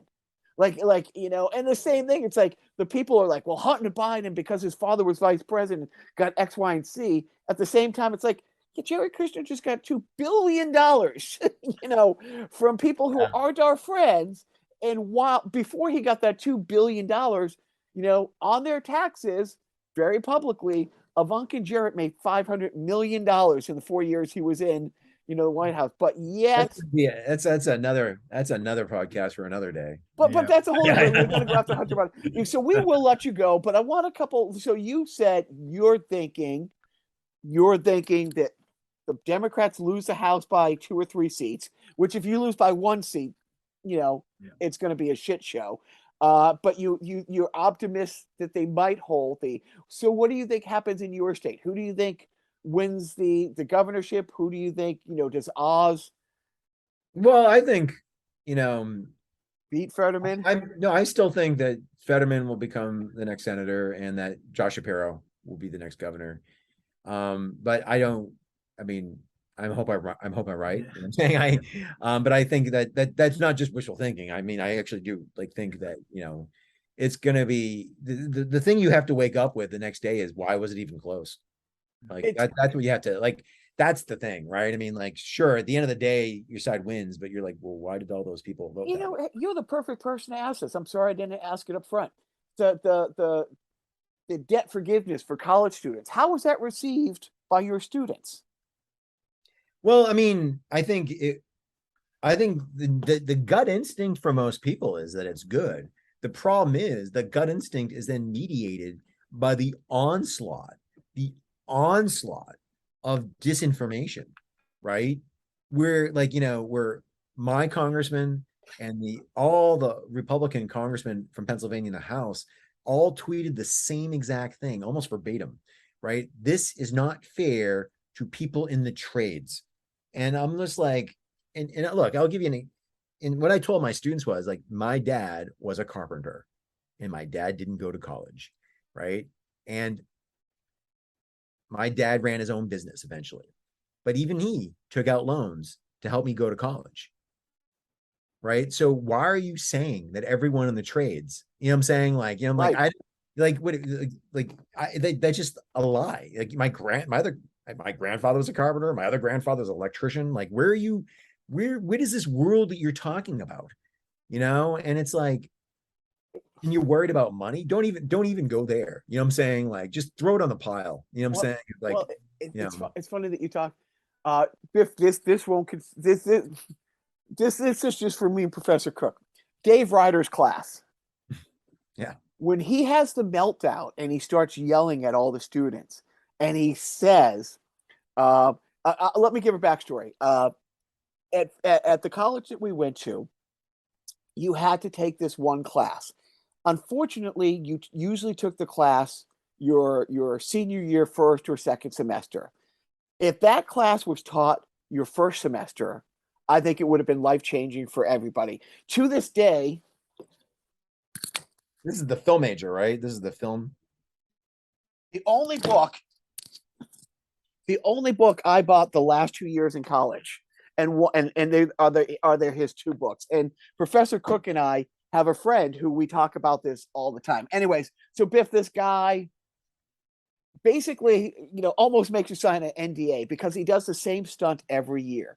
Yeah. He gives a shitload of homework that you can't possibly do on Tuesday, a week or so before finals. And when you come on Thursday, nobody's got it done. And he tears into you like there's absolutely no tomorrow. And he says, you're at this school because you couldn't get it. You're in a state with the greatest colleges in the world, the greatest colleges, Harvard, BU, BC, Emerson, and you go here because this is basically big high school. You are the sons and daughters of plumbers and carpenters. Right. You've come from blue collar nothing. You're going. And the funny thing is, because John was in the class, and I literally was smirking, and he starts reading me the riot act, and I'm like, yeah, I'm not buying it. And he's like, I'm like, you've been teaching here 20 years. I've seen what you've done. I know what you did before this. You're choosing to be here for a reason. And he's like, and his whole thing was, Biff, this whole exercise it's called human comtech. It's a negotiation class. And the whole point of his thing was, you're going to walk into a negotiation with a Steve Scalise, who's just going to come in and rant and rave absolute bullshit. Can you maintain yourself in this? Like, and he was like showing like, oh dude, it was great. But it's funny when you, I don't even know how we got into his class, but dude, did you have a better class in Fitchburg State? Well, it's funny that I never had that class. But I heard about it. Oh, okay. Oh, it's life-changing. And trust me, I actually tell my students I tell them that Pitt Johnstown is kind of like Fitchburg State. And then Utica Club? Oh, never mind. And then I try to explain to them that I try not to forget my friends. Right. Right. I try not to forget that I went to school with people that skipped class. I went to school with people that I'm saying, or drunk for 3 months, right? I went to school with, I'm saying, and that I need to always remember that, right? Not in a bad way. I'm saying, my joke in college usually is that I probably still have friends that don't even know the Berlin Wall fell. Yep. Which happened my freshman year, right? And so, but your dad, being a carpenter, people don't get that. My wife's whole thing with that is her mom passed away of dementia a few years ago, and she's like, oh, well, there's all these new medicines, and we're going to cure this over the next 10 years. But fuck that, your mom has to die because why should the people were like, well, I paid my college funds. It's like, well, my mom died of dementia, and just because they have all these medicines that could save your mom. Fuck that. You have to watch your mom die of this. It is odd because like sometimes they think that I'm not like them. And I'm like, well, yeah, I put my pants on one leg at a time. You know what I'm saying? Like, I try to respect differences of opinion in my classroom because it is, trust me, like I'm a professional. Like, you know what I'm saying? Like this is a podcast and I can say what I want, right? Yeah. But like, in the classroom, I'm not, it's different, right? But like it is an odd thing to try to, like, the partisanship is so bad that people literally think they're on a team and they've got to fight for their team no matter what, and that the other side is bad. And you're like, that's what's gonna wreck us. You know what I'm saying? Like, I blame sports radio. No, yes, Biff, you are not wrong. I mean, I seriously, I mean, not even a joke. I blame sports radio. I think everybody just got into that mentality, and that's how everything is. It just and the sounds thing like is, I was radio. okay with that in sports radio, Right. but I'm not okay with that in politics. Of 100%, right? 100%, right? But I mean, it just seems like, you know what? It's like it's as if like this formula kind of sells. This works, right? Absolutely. And it's like, so it's that's like I tell them, sports like, I'm a Patriots fan. I'm always going to be a Patriots Yeah. fan. I don't care if they cheated. You know what I'm saying? I'm still going to be a Patriots fan. I cannot treat government the same way. Right. I can't. Yeah. Well, hopefully people remember that. Do you think all the kids in your school are going to be voting? What percentage of the people that you are in class with do you think get out and vote? In this election, I'd say not even 50%. Not even 50%. I'd say 50-50. And remember, I do go to school in a very conservative place. Right. So the students are probably, a majority of them are conservative.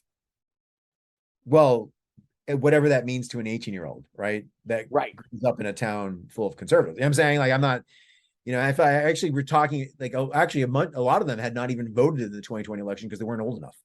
Like interesting. My introduction class, my introductory, That's really interesting. But they did, I asked them, how many people went to go see Trump speak, because he went to speak at the war memorial and right. Yeah, in Johnstown, and people did, and I'm not going to mock them or make fun of them. You know what I'm saying? Like, how do you not? You can't. I know. Yeah, why? Because the minute you do that, like, presto, you become the stereotype. I do. You're a better person than me, and we've established that in the past. But do you just want to say to him, it's like, hey, take off that "Made American Great" hat again? Where was it made? There are ways in which you can press buttons. And one of the other things that I do is, like, I ask them constantly every time is, like, is this liberal or is this conservative? If you strip something down to just a policy issue, insulin for people that need it, right, is it liberal or is it conservative? And most of them just get confused. And that's actually the point. Yeah. That TV says everything is this or this. You're either on this team or you're on that team. But honestly, like, did I wake up one day and decided that I don't believe in work? I'm saying, of course you should work. Like, what does this even mean when people tell you that they're liberal or conservative? I want students to think past that sometimes and just go issue to issue to issue. They are, thankfully, much more liberal on gay issues, on gay rights, than we were when we were in college. And it's ironic, right? Because we went to school 60 miles west of Boston for people that were gay, Right. And so I'm much more heartened to know that even the more conservative students are much more exposed to that diversity, right? And think that it's normal. Like, now, obviously, you could see the response in the media is like insanity. Like, oh my God, like, we need to get rid of this. But, like, that makes me feel better. You know what I'm saying? Because sometimes I have to try to explain to students what the 80s were like. I don't want to go back. Right. No, hey, music was great. You got the Talking Heads and, all that stuff. But yeah, but it's hard to explain to people, because when my son sees them, my oldest one is 15 now, and it's funny and sad, because I forget what we were watching recently was showing those 1980 what to do if there's a nucler blast type thing. The Day After Tomorrow. That's what I was stuck on. And I told my son, it's like, to this date, I'm not a big horror movie guy, and there's being scared, and there's things that scared you. I've never seen a Friday the 13th and thought, well, Jason is going to really come, to or whatever. But the day after tomorrow, to this day, I think about that movie. And And you know what? Is that movie was one of the most watched TV movies, right, in history at the time. Still this day. Yeah. I watched it. I was in middle school. It freaked me out. There's an existential angst that came with this idea that at any moment, you know what I'm saying? And especially like, I think Ronald Reagan presented an image of himself, which wasn't necessarily him, but he presented an image that you're like, oh my God, this guy's he's going to get us into a war and we're all going to die.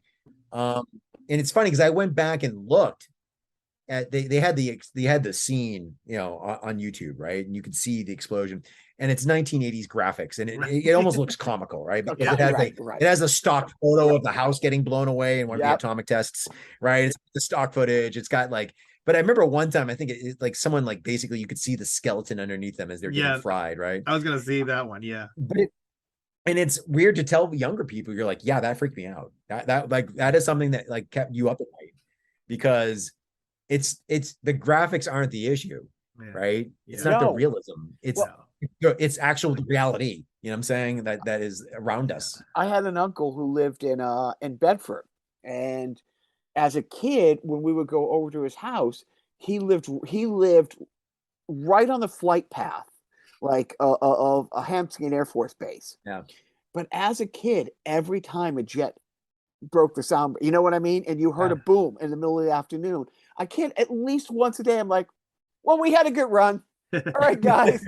A guy playing street hockey, how bad could things really be? You know what I mean? Hey, I finally, we at least we survived to find out that the Return of the Jedi happened, and that the Battle of Yavin happened. I can die happy knowing that. But as a kid, I completely worried about that, on a regular basis.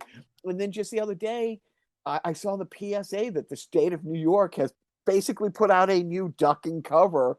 There's a real PSA, and I saw a bunch of people I followed on Twitter saying, nope, not a joke, paid for. I'm going to let you go after this question. Okay. I watch a lot of, my wife and I love the late night comics, like her Seth Meyers is her late night boyfriend, So who do the young kids, what comics? Because the comics that I like, the Christopher Titus is, Biff and I like a lot of the same guy. Patton Oswalt is probably my favorite, and they're lean, the right way, by leaning left. You can realize Joe Rogan is amazingly popular amongst people. Yeah. People love it. And so right off the bat, like he reaches probably a vaster audience, a younger audience than Fox. You know what I'm saying? So like, I think most students no longer consume media the way that we do in any way, shape, or form. So it literally is TikTok videos. It literally is Instagram posts. And so influencers mean so much more to them. And sometimes I'm just not up on that. Like sometimes I'm just like, I don't need someone to do a synchronized dance to explain to me what's going on in Ukraine. You know what I'm saying? Or whatever. You know what I'm saying? There's a lot of there's a lot of TikTok videos of idiots, of people that actually are smarter than the average bear, but still, you know what I'm saying? They'll be on there, they'll be on there, like giving you, they're trying to explain something to you, and you're like, and the students sometimes think I'm like, I must be watching these things. And you're like, no, I don't. Like, you know what I'm saying? Like, I don't even watch cable news. Like, I'm trying to read newspapers, and, you know what I'm saying? And like I'm a little different, obviously, because I'm like, but the last, I was like, no offense, but like, I don't need some random guy to explain to me the war in Ukraine. You know what I'm saying? Have you run into, because I get, the comedy of it, like when you watch like the Seth Meyers, the Stephen Colbert's at night, or the Daily Shows, Trevor Nova, and I think, do conservatives do conservative humor really is about social issues, right? They want to mock people that are saying dumb things in a cultural context. They want to mock woke professors that are saying things that are ridiculous. And the more the ridiculous, so they'll find the angry professor that is the stereotype, right? And I mean, in fact, the website or the website or the TikTok, the libs of TikTok, I think, right? And it's mean. A lot of it's just mean. Oh, it's all mean and punching down. Yeah, a lot of that, and there are sometimes people are like, why did that person say that? Or why I'm saying, or there must be a context. Immediately, I just assume there's a context I'm missing. So therefore, this is clearly taken out of context. You know what I'm saying? Like, that's not necessarily liberal humor. You know what I'm saying? There is no conservatives of TikTok, really. There's no equivalent to that. But they drive these things for viral sensations. They last for 48 hours and they go away, and then there'll be someone else but they're constantly agitated, like, about cultural issues. Like, so the war in Ukraine is filtered through a cultural thing, right? Everything is like, economics is like, it's really a morality story about people that work hard and people that are lazy. You know what I'm saying? Like, everything is like just crushed into that. And like, I mean, I'll be honest. I think this has actually empirically been proven. A lot of conservatives just aren't funny. No. I mean, so true. It's like I've been a comedy historian forever. I can tell you who the writing staff of your show was in 1958, and truly, it was a 27 New York Yankees. It's crazy that the writing staff of your shows in 1958, 59. But I can't name too many. I mean, Dennis Miller, but he hasn't been funny.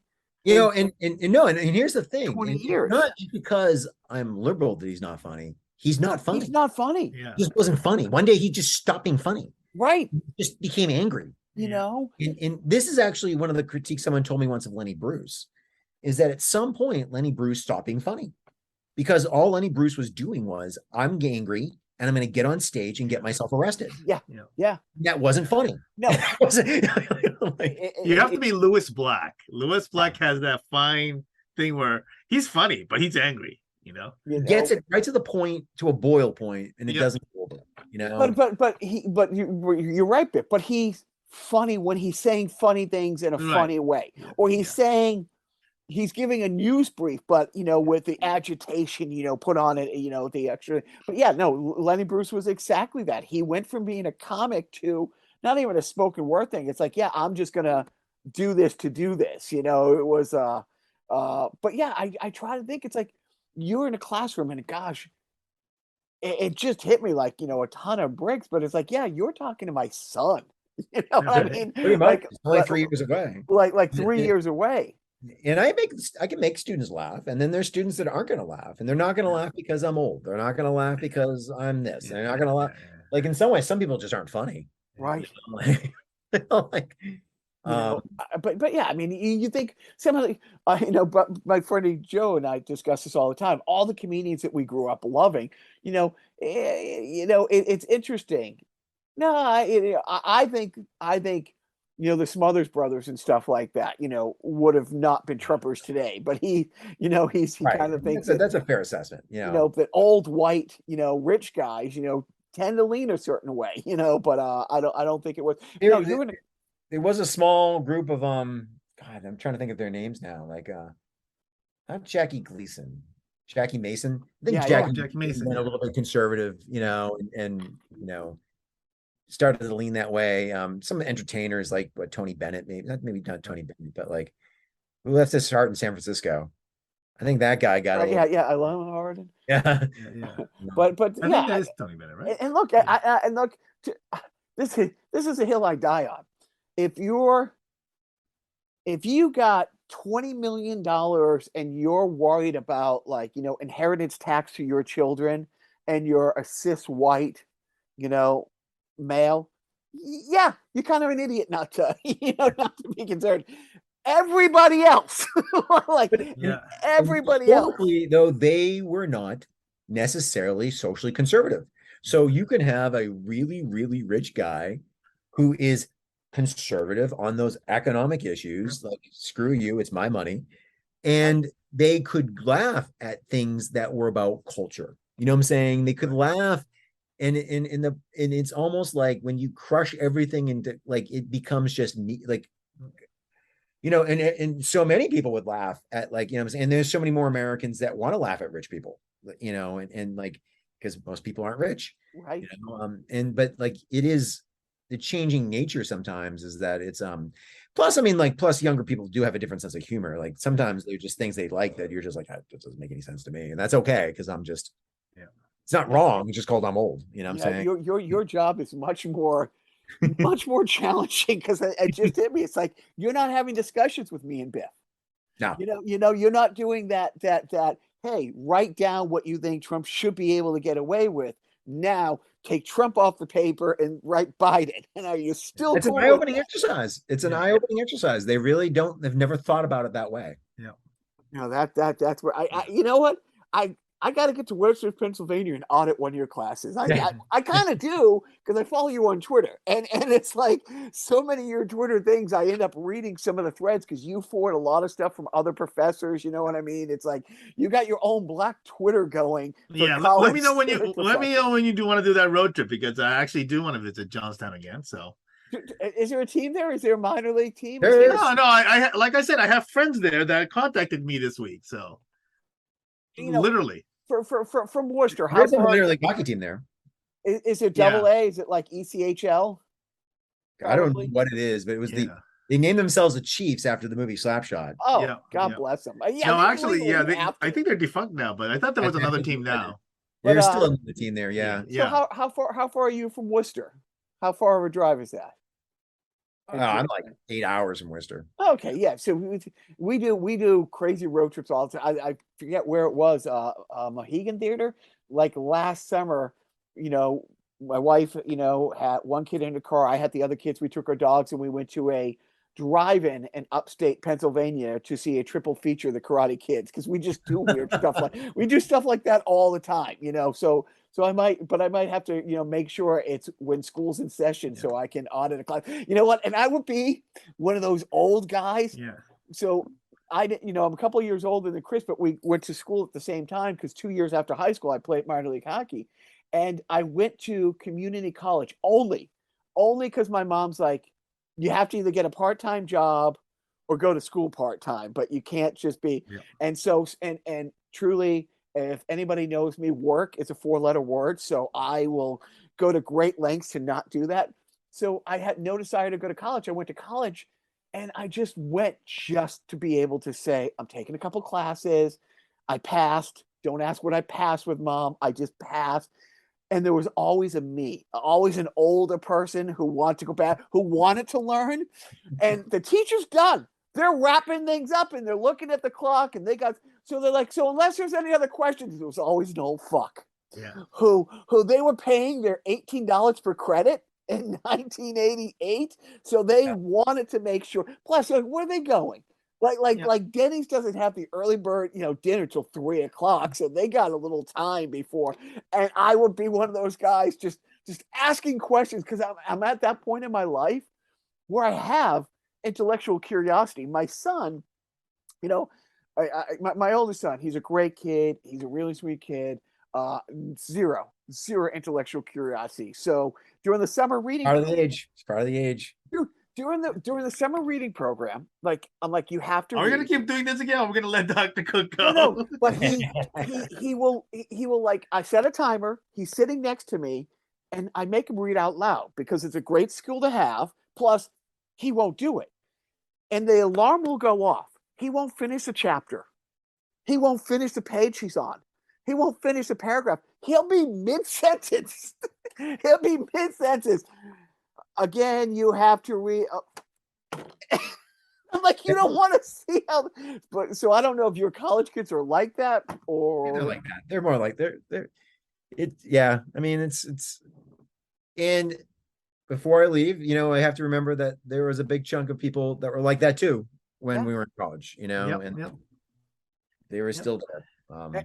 And all the ways, I was one of those guys. It's funny because my wife, brings it home. It's like, I was mad at my son the way he lives. It's like, I'm a little more Felix Oscar. And she's like, weren't your friends, and there was an issue where we had the free house and I took half the house to myself and I made them live together because they were not human beings. And my wife's like, yeah, but don't they all have beautiful houses that are immaculate now? And all that? He'll get over it. He'll grow. You learn. So man, it's like 18-year-olds every day, and you gotta reach them. That is. Let me tell you, it is a form of hell. It's like purgatory to explain healthcare to an 18-year-old. Yeah. Bro, right. Who's never not Yeah. had it? Who's never not, who all these kids have grown up. It's like, it's like a couple years ago when EpiPens doubled, and my son hears that on the news, and we have an EpiPen for him. And he's like, "Will we be able to afford it?" It's like, dude, we're fine. We're fine. But these kids have never had to worry about, those things. That's interesting. Professor Cook, seriously, I cannot say thank you enough. I hope that you're right about the Senate.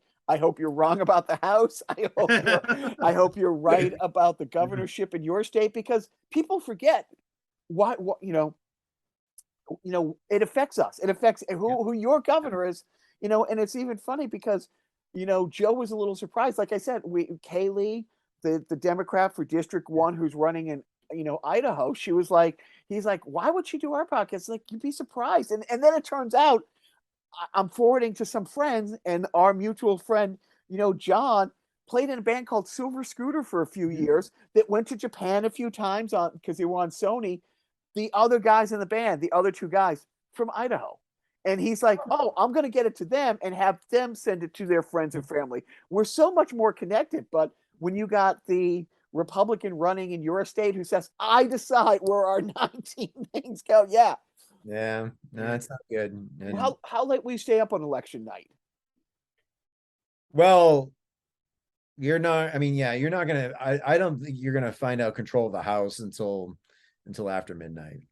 So I swear to God, last question. Right? Yeah. So last question. I'm going to let you go. I'll thank you now so you can answer it, and we will say our goodbyes now.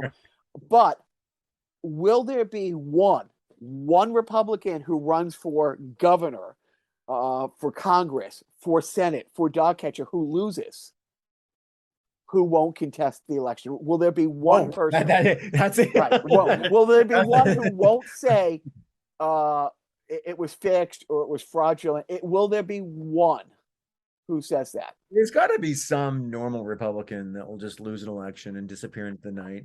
No one will ever hear from him again. But do you believe that? Well, they're not all there yet. They're almost all there, but they're not all. Yeah. You know what I'm saying? But unfortunately, you're right. They're just you're gonna start seeing on Twitter, you'll start to see reports of massive voter fraud, no matter what.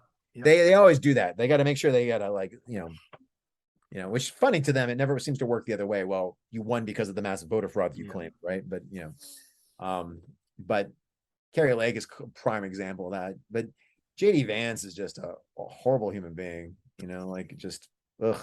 Ugh. Ugh. I know. My God, that guy. Oh my God, yeah, that guy. But you know what? It was fun, Thank you. And if you're ever in Johnstown, you know what I'm saying? Beers on me at the Tulum South Side. If you ever go there. I do live an hour away from there. An hour away from there. I do. I live an hour west. So I live an hour east of Pittsburgh. I live in I see. In Johnstown. I see. Okay. So which is nice because I can get into Pittsburgh pretty quickly. Got it. Okay. Cool. But I'm sure, as I said, all my colleagues live in Johnstown. So yeah. So I will cut it, but we will let you go. But yeah, that's funny because the biggest thing that no one has answered, no person that I talk to who's a Republican, I don't talk to many of them, who have said, okay, so you guys won the governorship, you flipped the House red in your state, you flipped a Senate seat in your state, but yet it was rigged. Because he lost, because Donald Trump lost, but every other one was fine. There's no logic, and I think the problem is, and this is sometimes the problem with liberal comedians, is you want to mock them for their lack of logic, but it doesn't mean anything to them.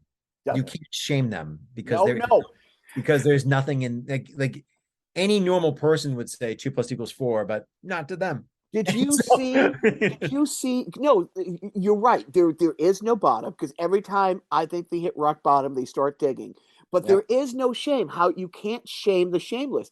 Steve Scalise, who the only thing I can say about Steve Scalise is I wish the person had a better shot a few years ago. And I don't feel bad. I don't feel, because that guy gets shot and comes out and says, yeah, he's not for gun control. It's like, dude, you were just shot.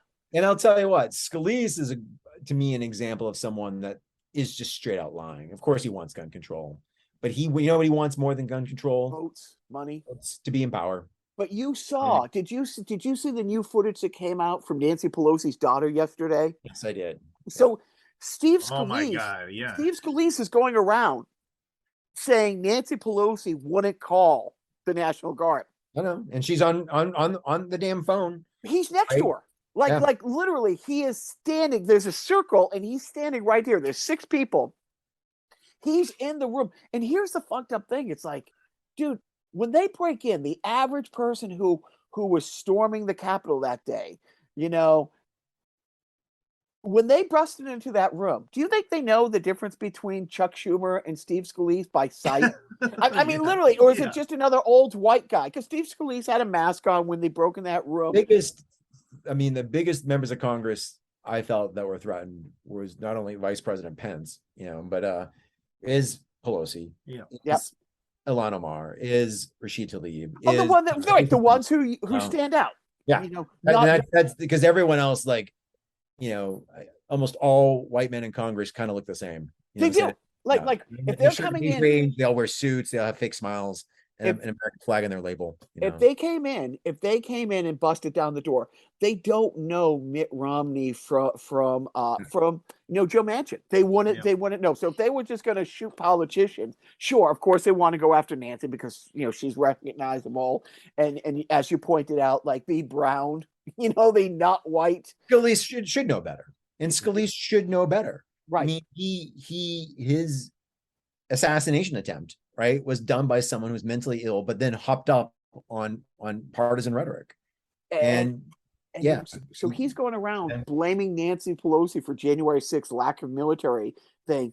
And it's like, he's right next to her. Like, so all the people in that room knew, and yet he has no shame. Did they never think the footage was coming out, or they just don't? Because the American people reward them. And that's the problem, right? As long as they get away with it, they'll keep doing it. Yeah. So Biff luckily still has his Japanese citizenship, so we're we're thinking about maybe taking an extended trip. You know what I mean? But it does. I keep saying to people, it's like you have to vote because this might be the last one. It won't be for me. Look, cis, white, middle-class, straight guy, I'm going to be just fine. Don't worry about me, guys. But everybody else? Situation where we'll have elections.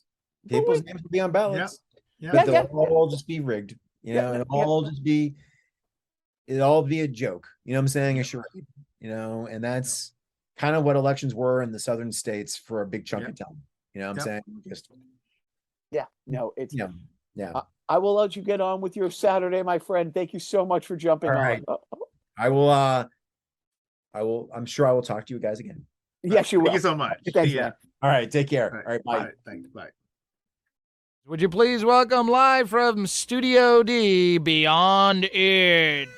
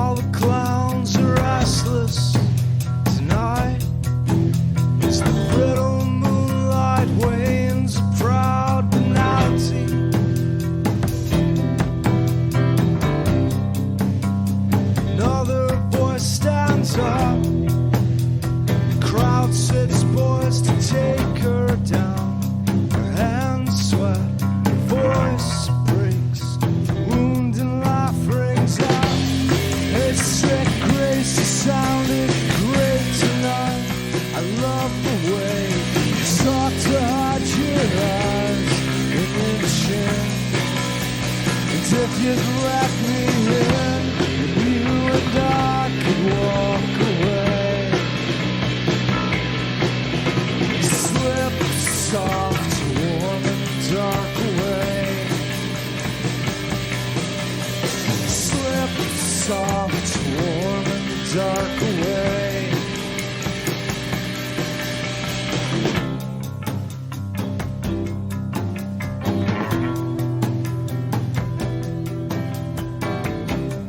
Voice hung taut like memory. It's just scan the crowd for some sign of recognition.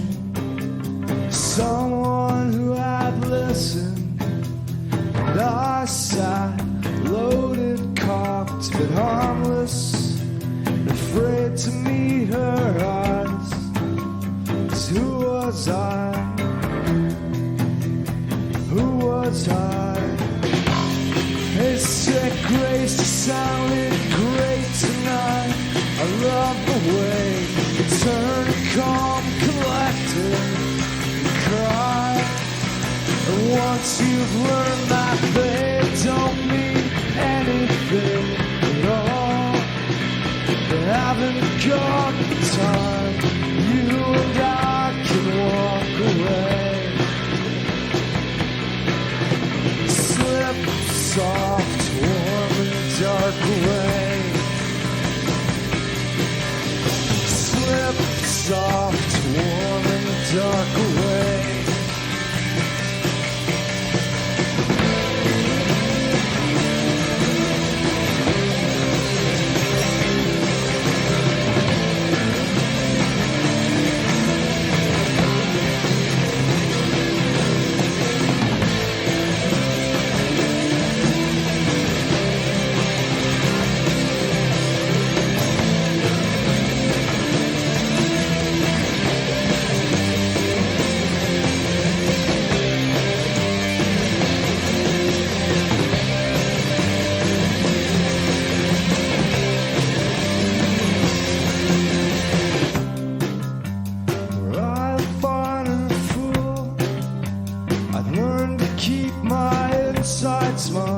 Same side golden rule.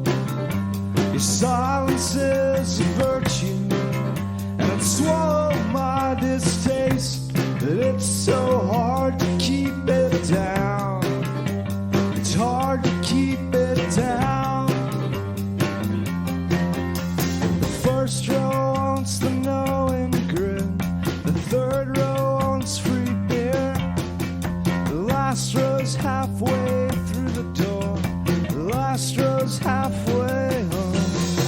The first row wants the knowing grin, the third row wants free beer, the last row's halfway through the door, the last row's halfway home, the last row's halfway home, the last row's halfway home.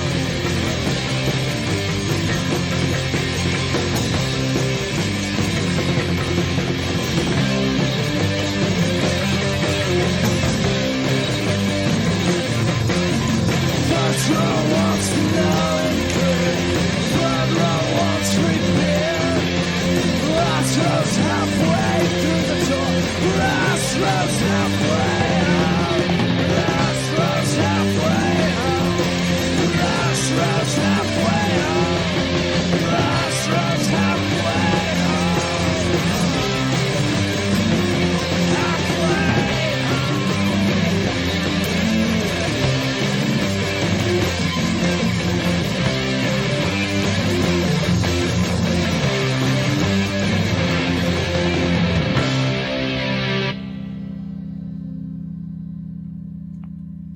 Hello there.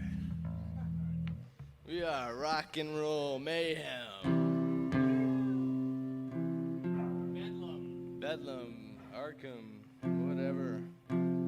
What it's all about.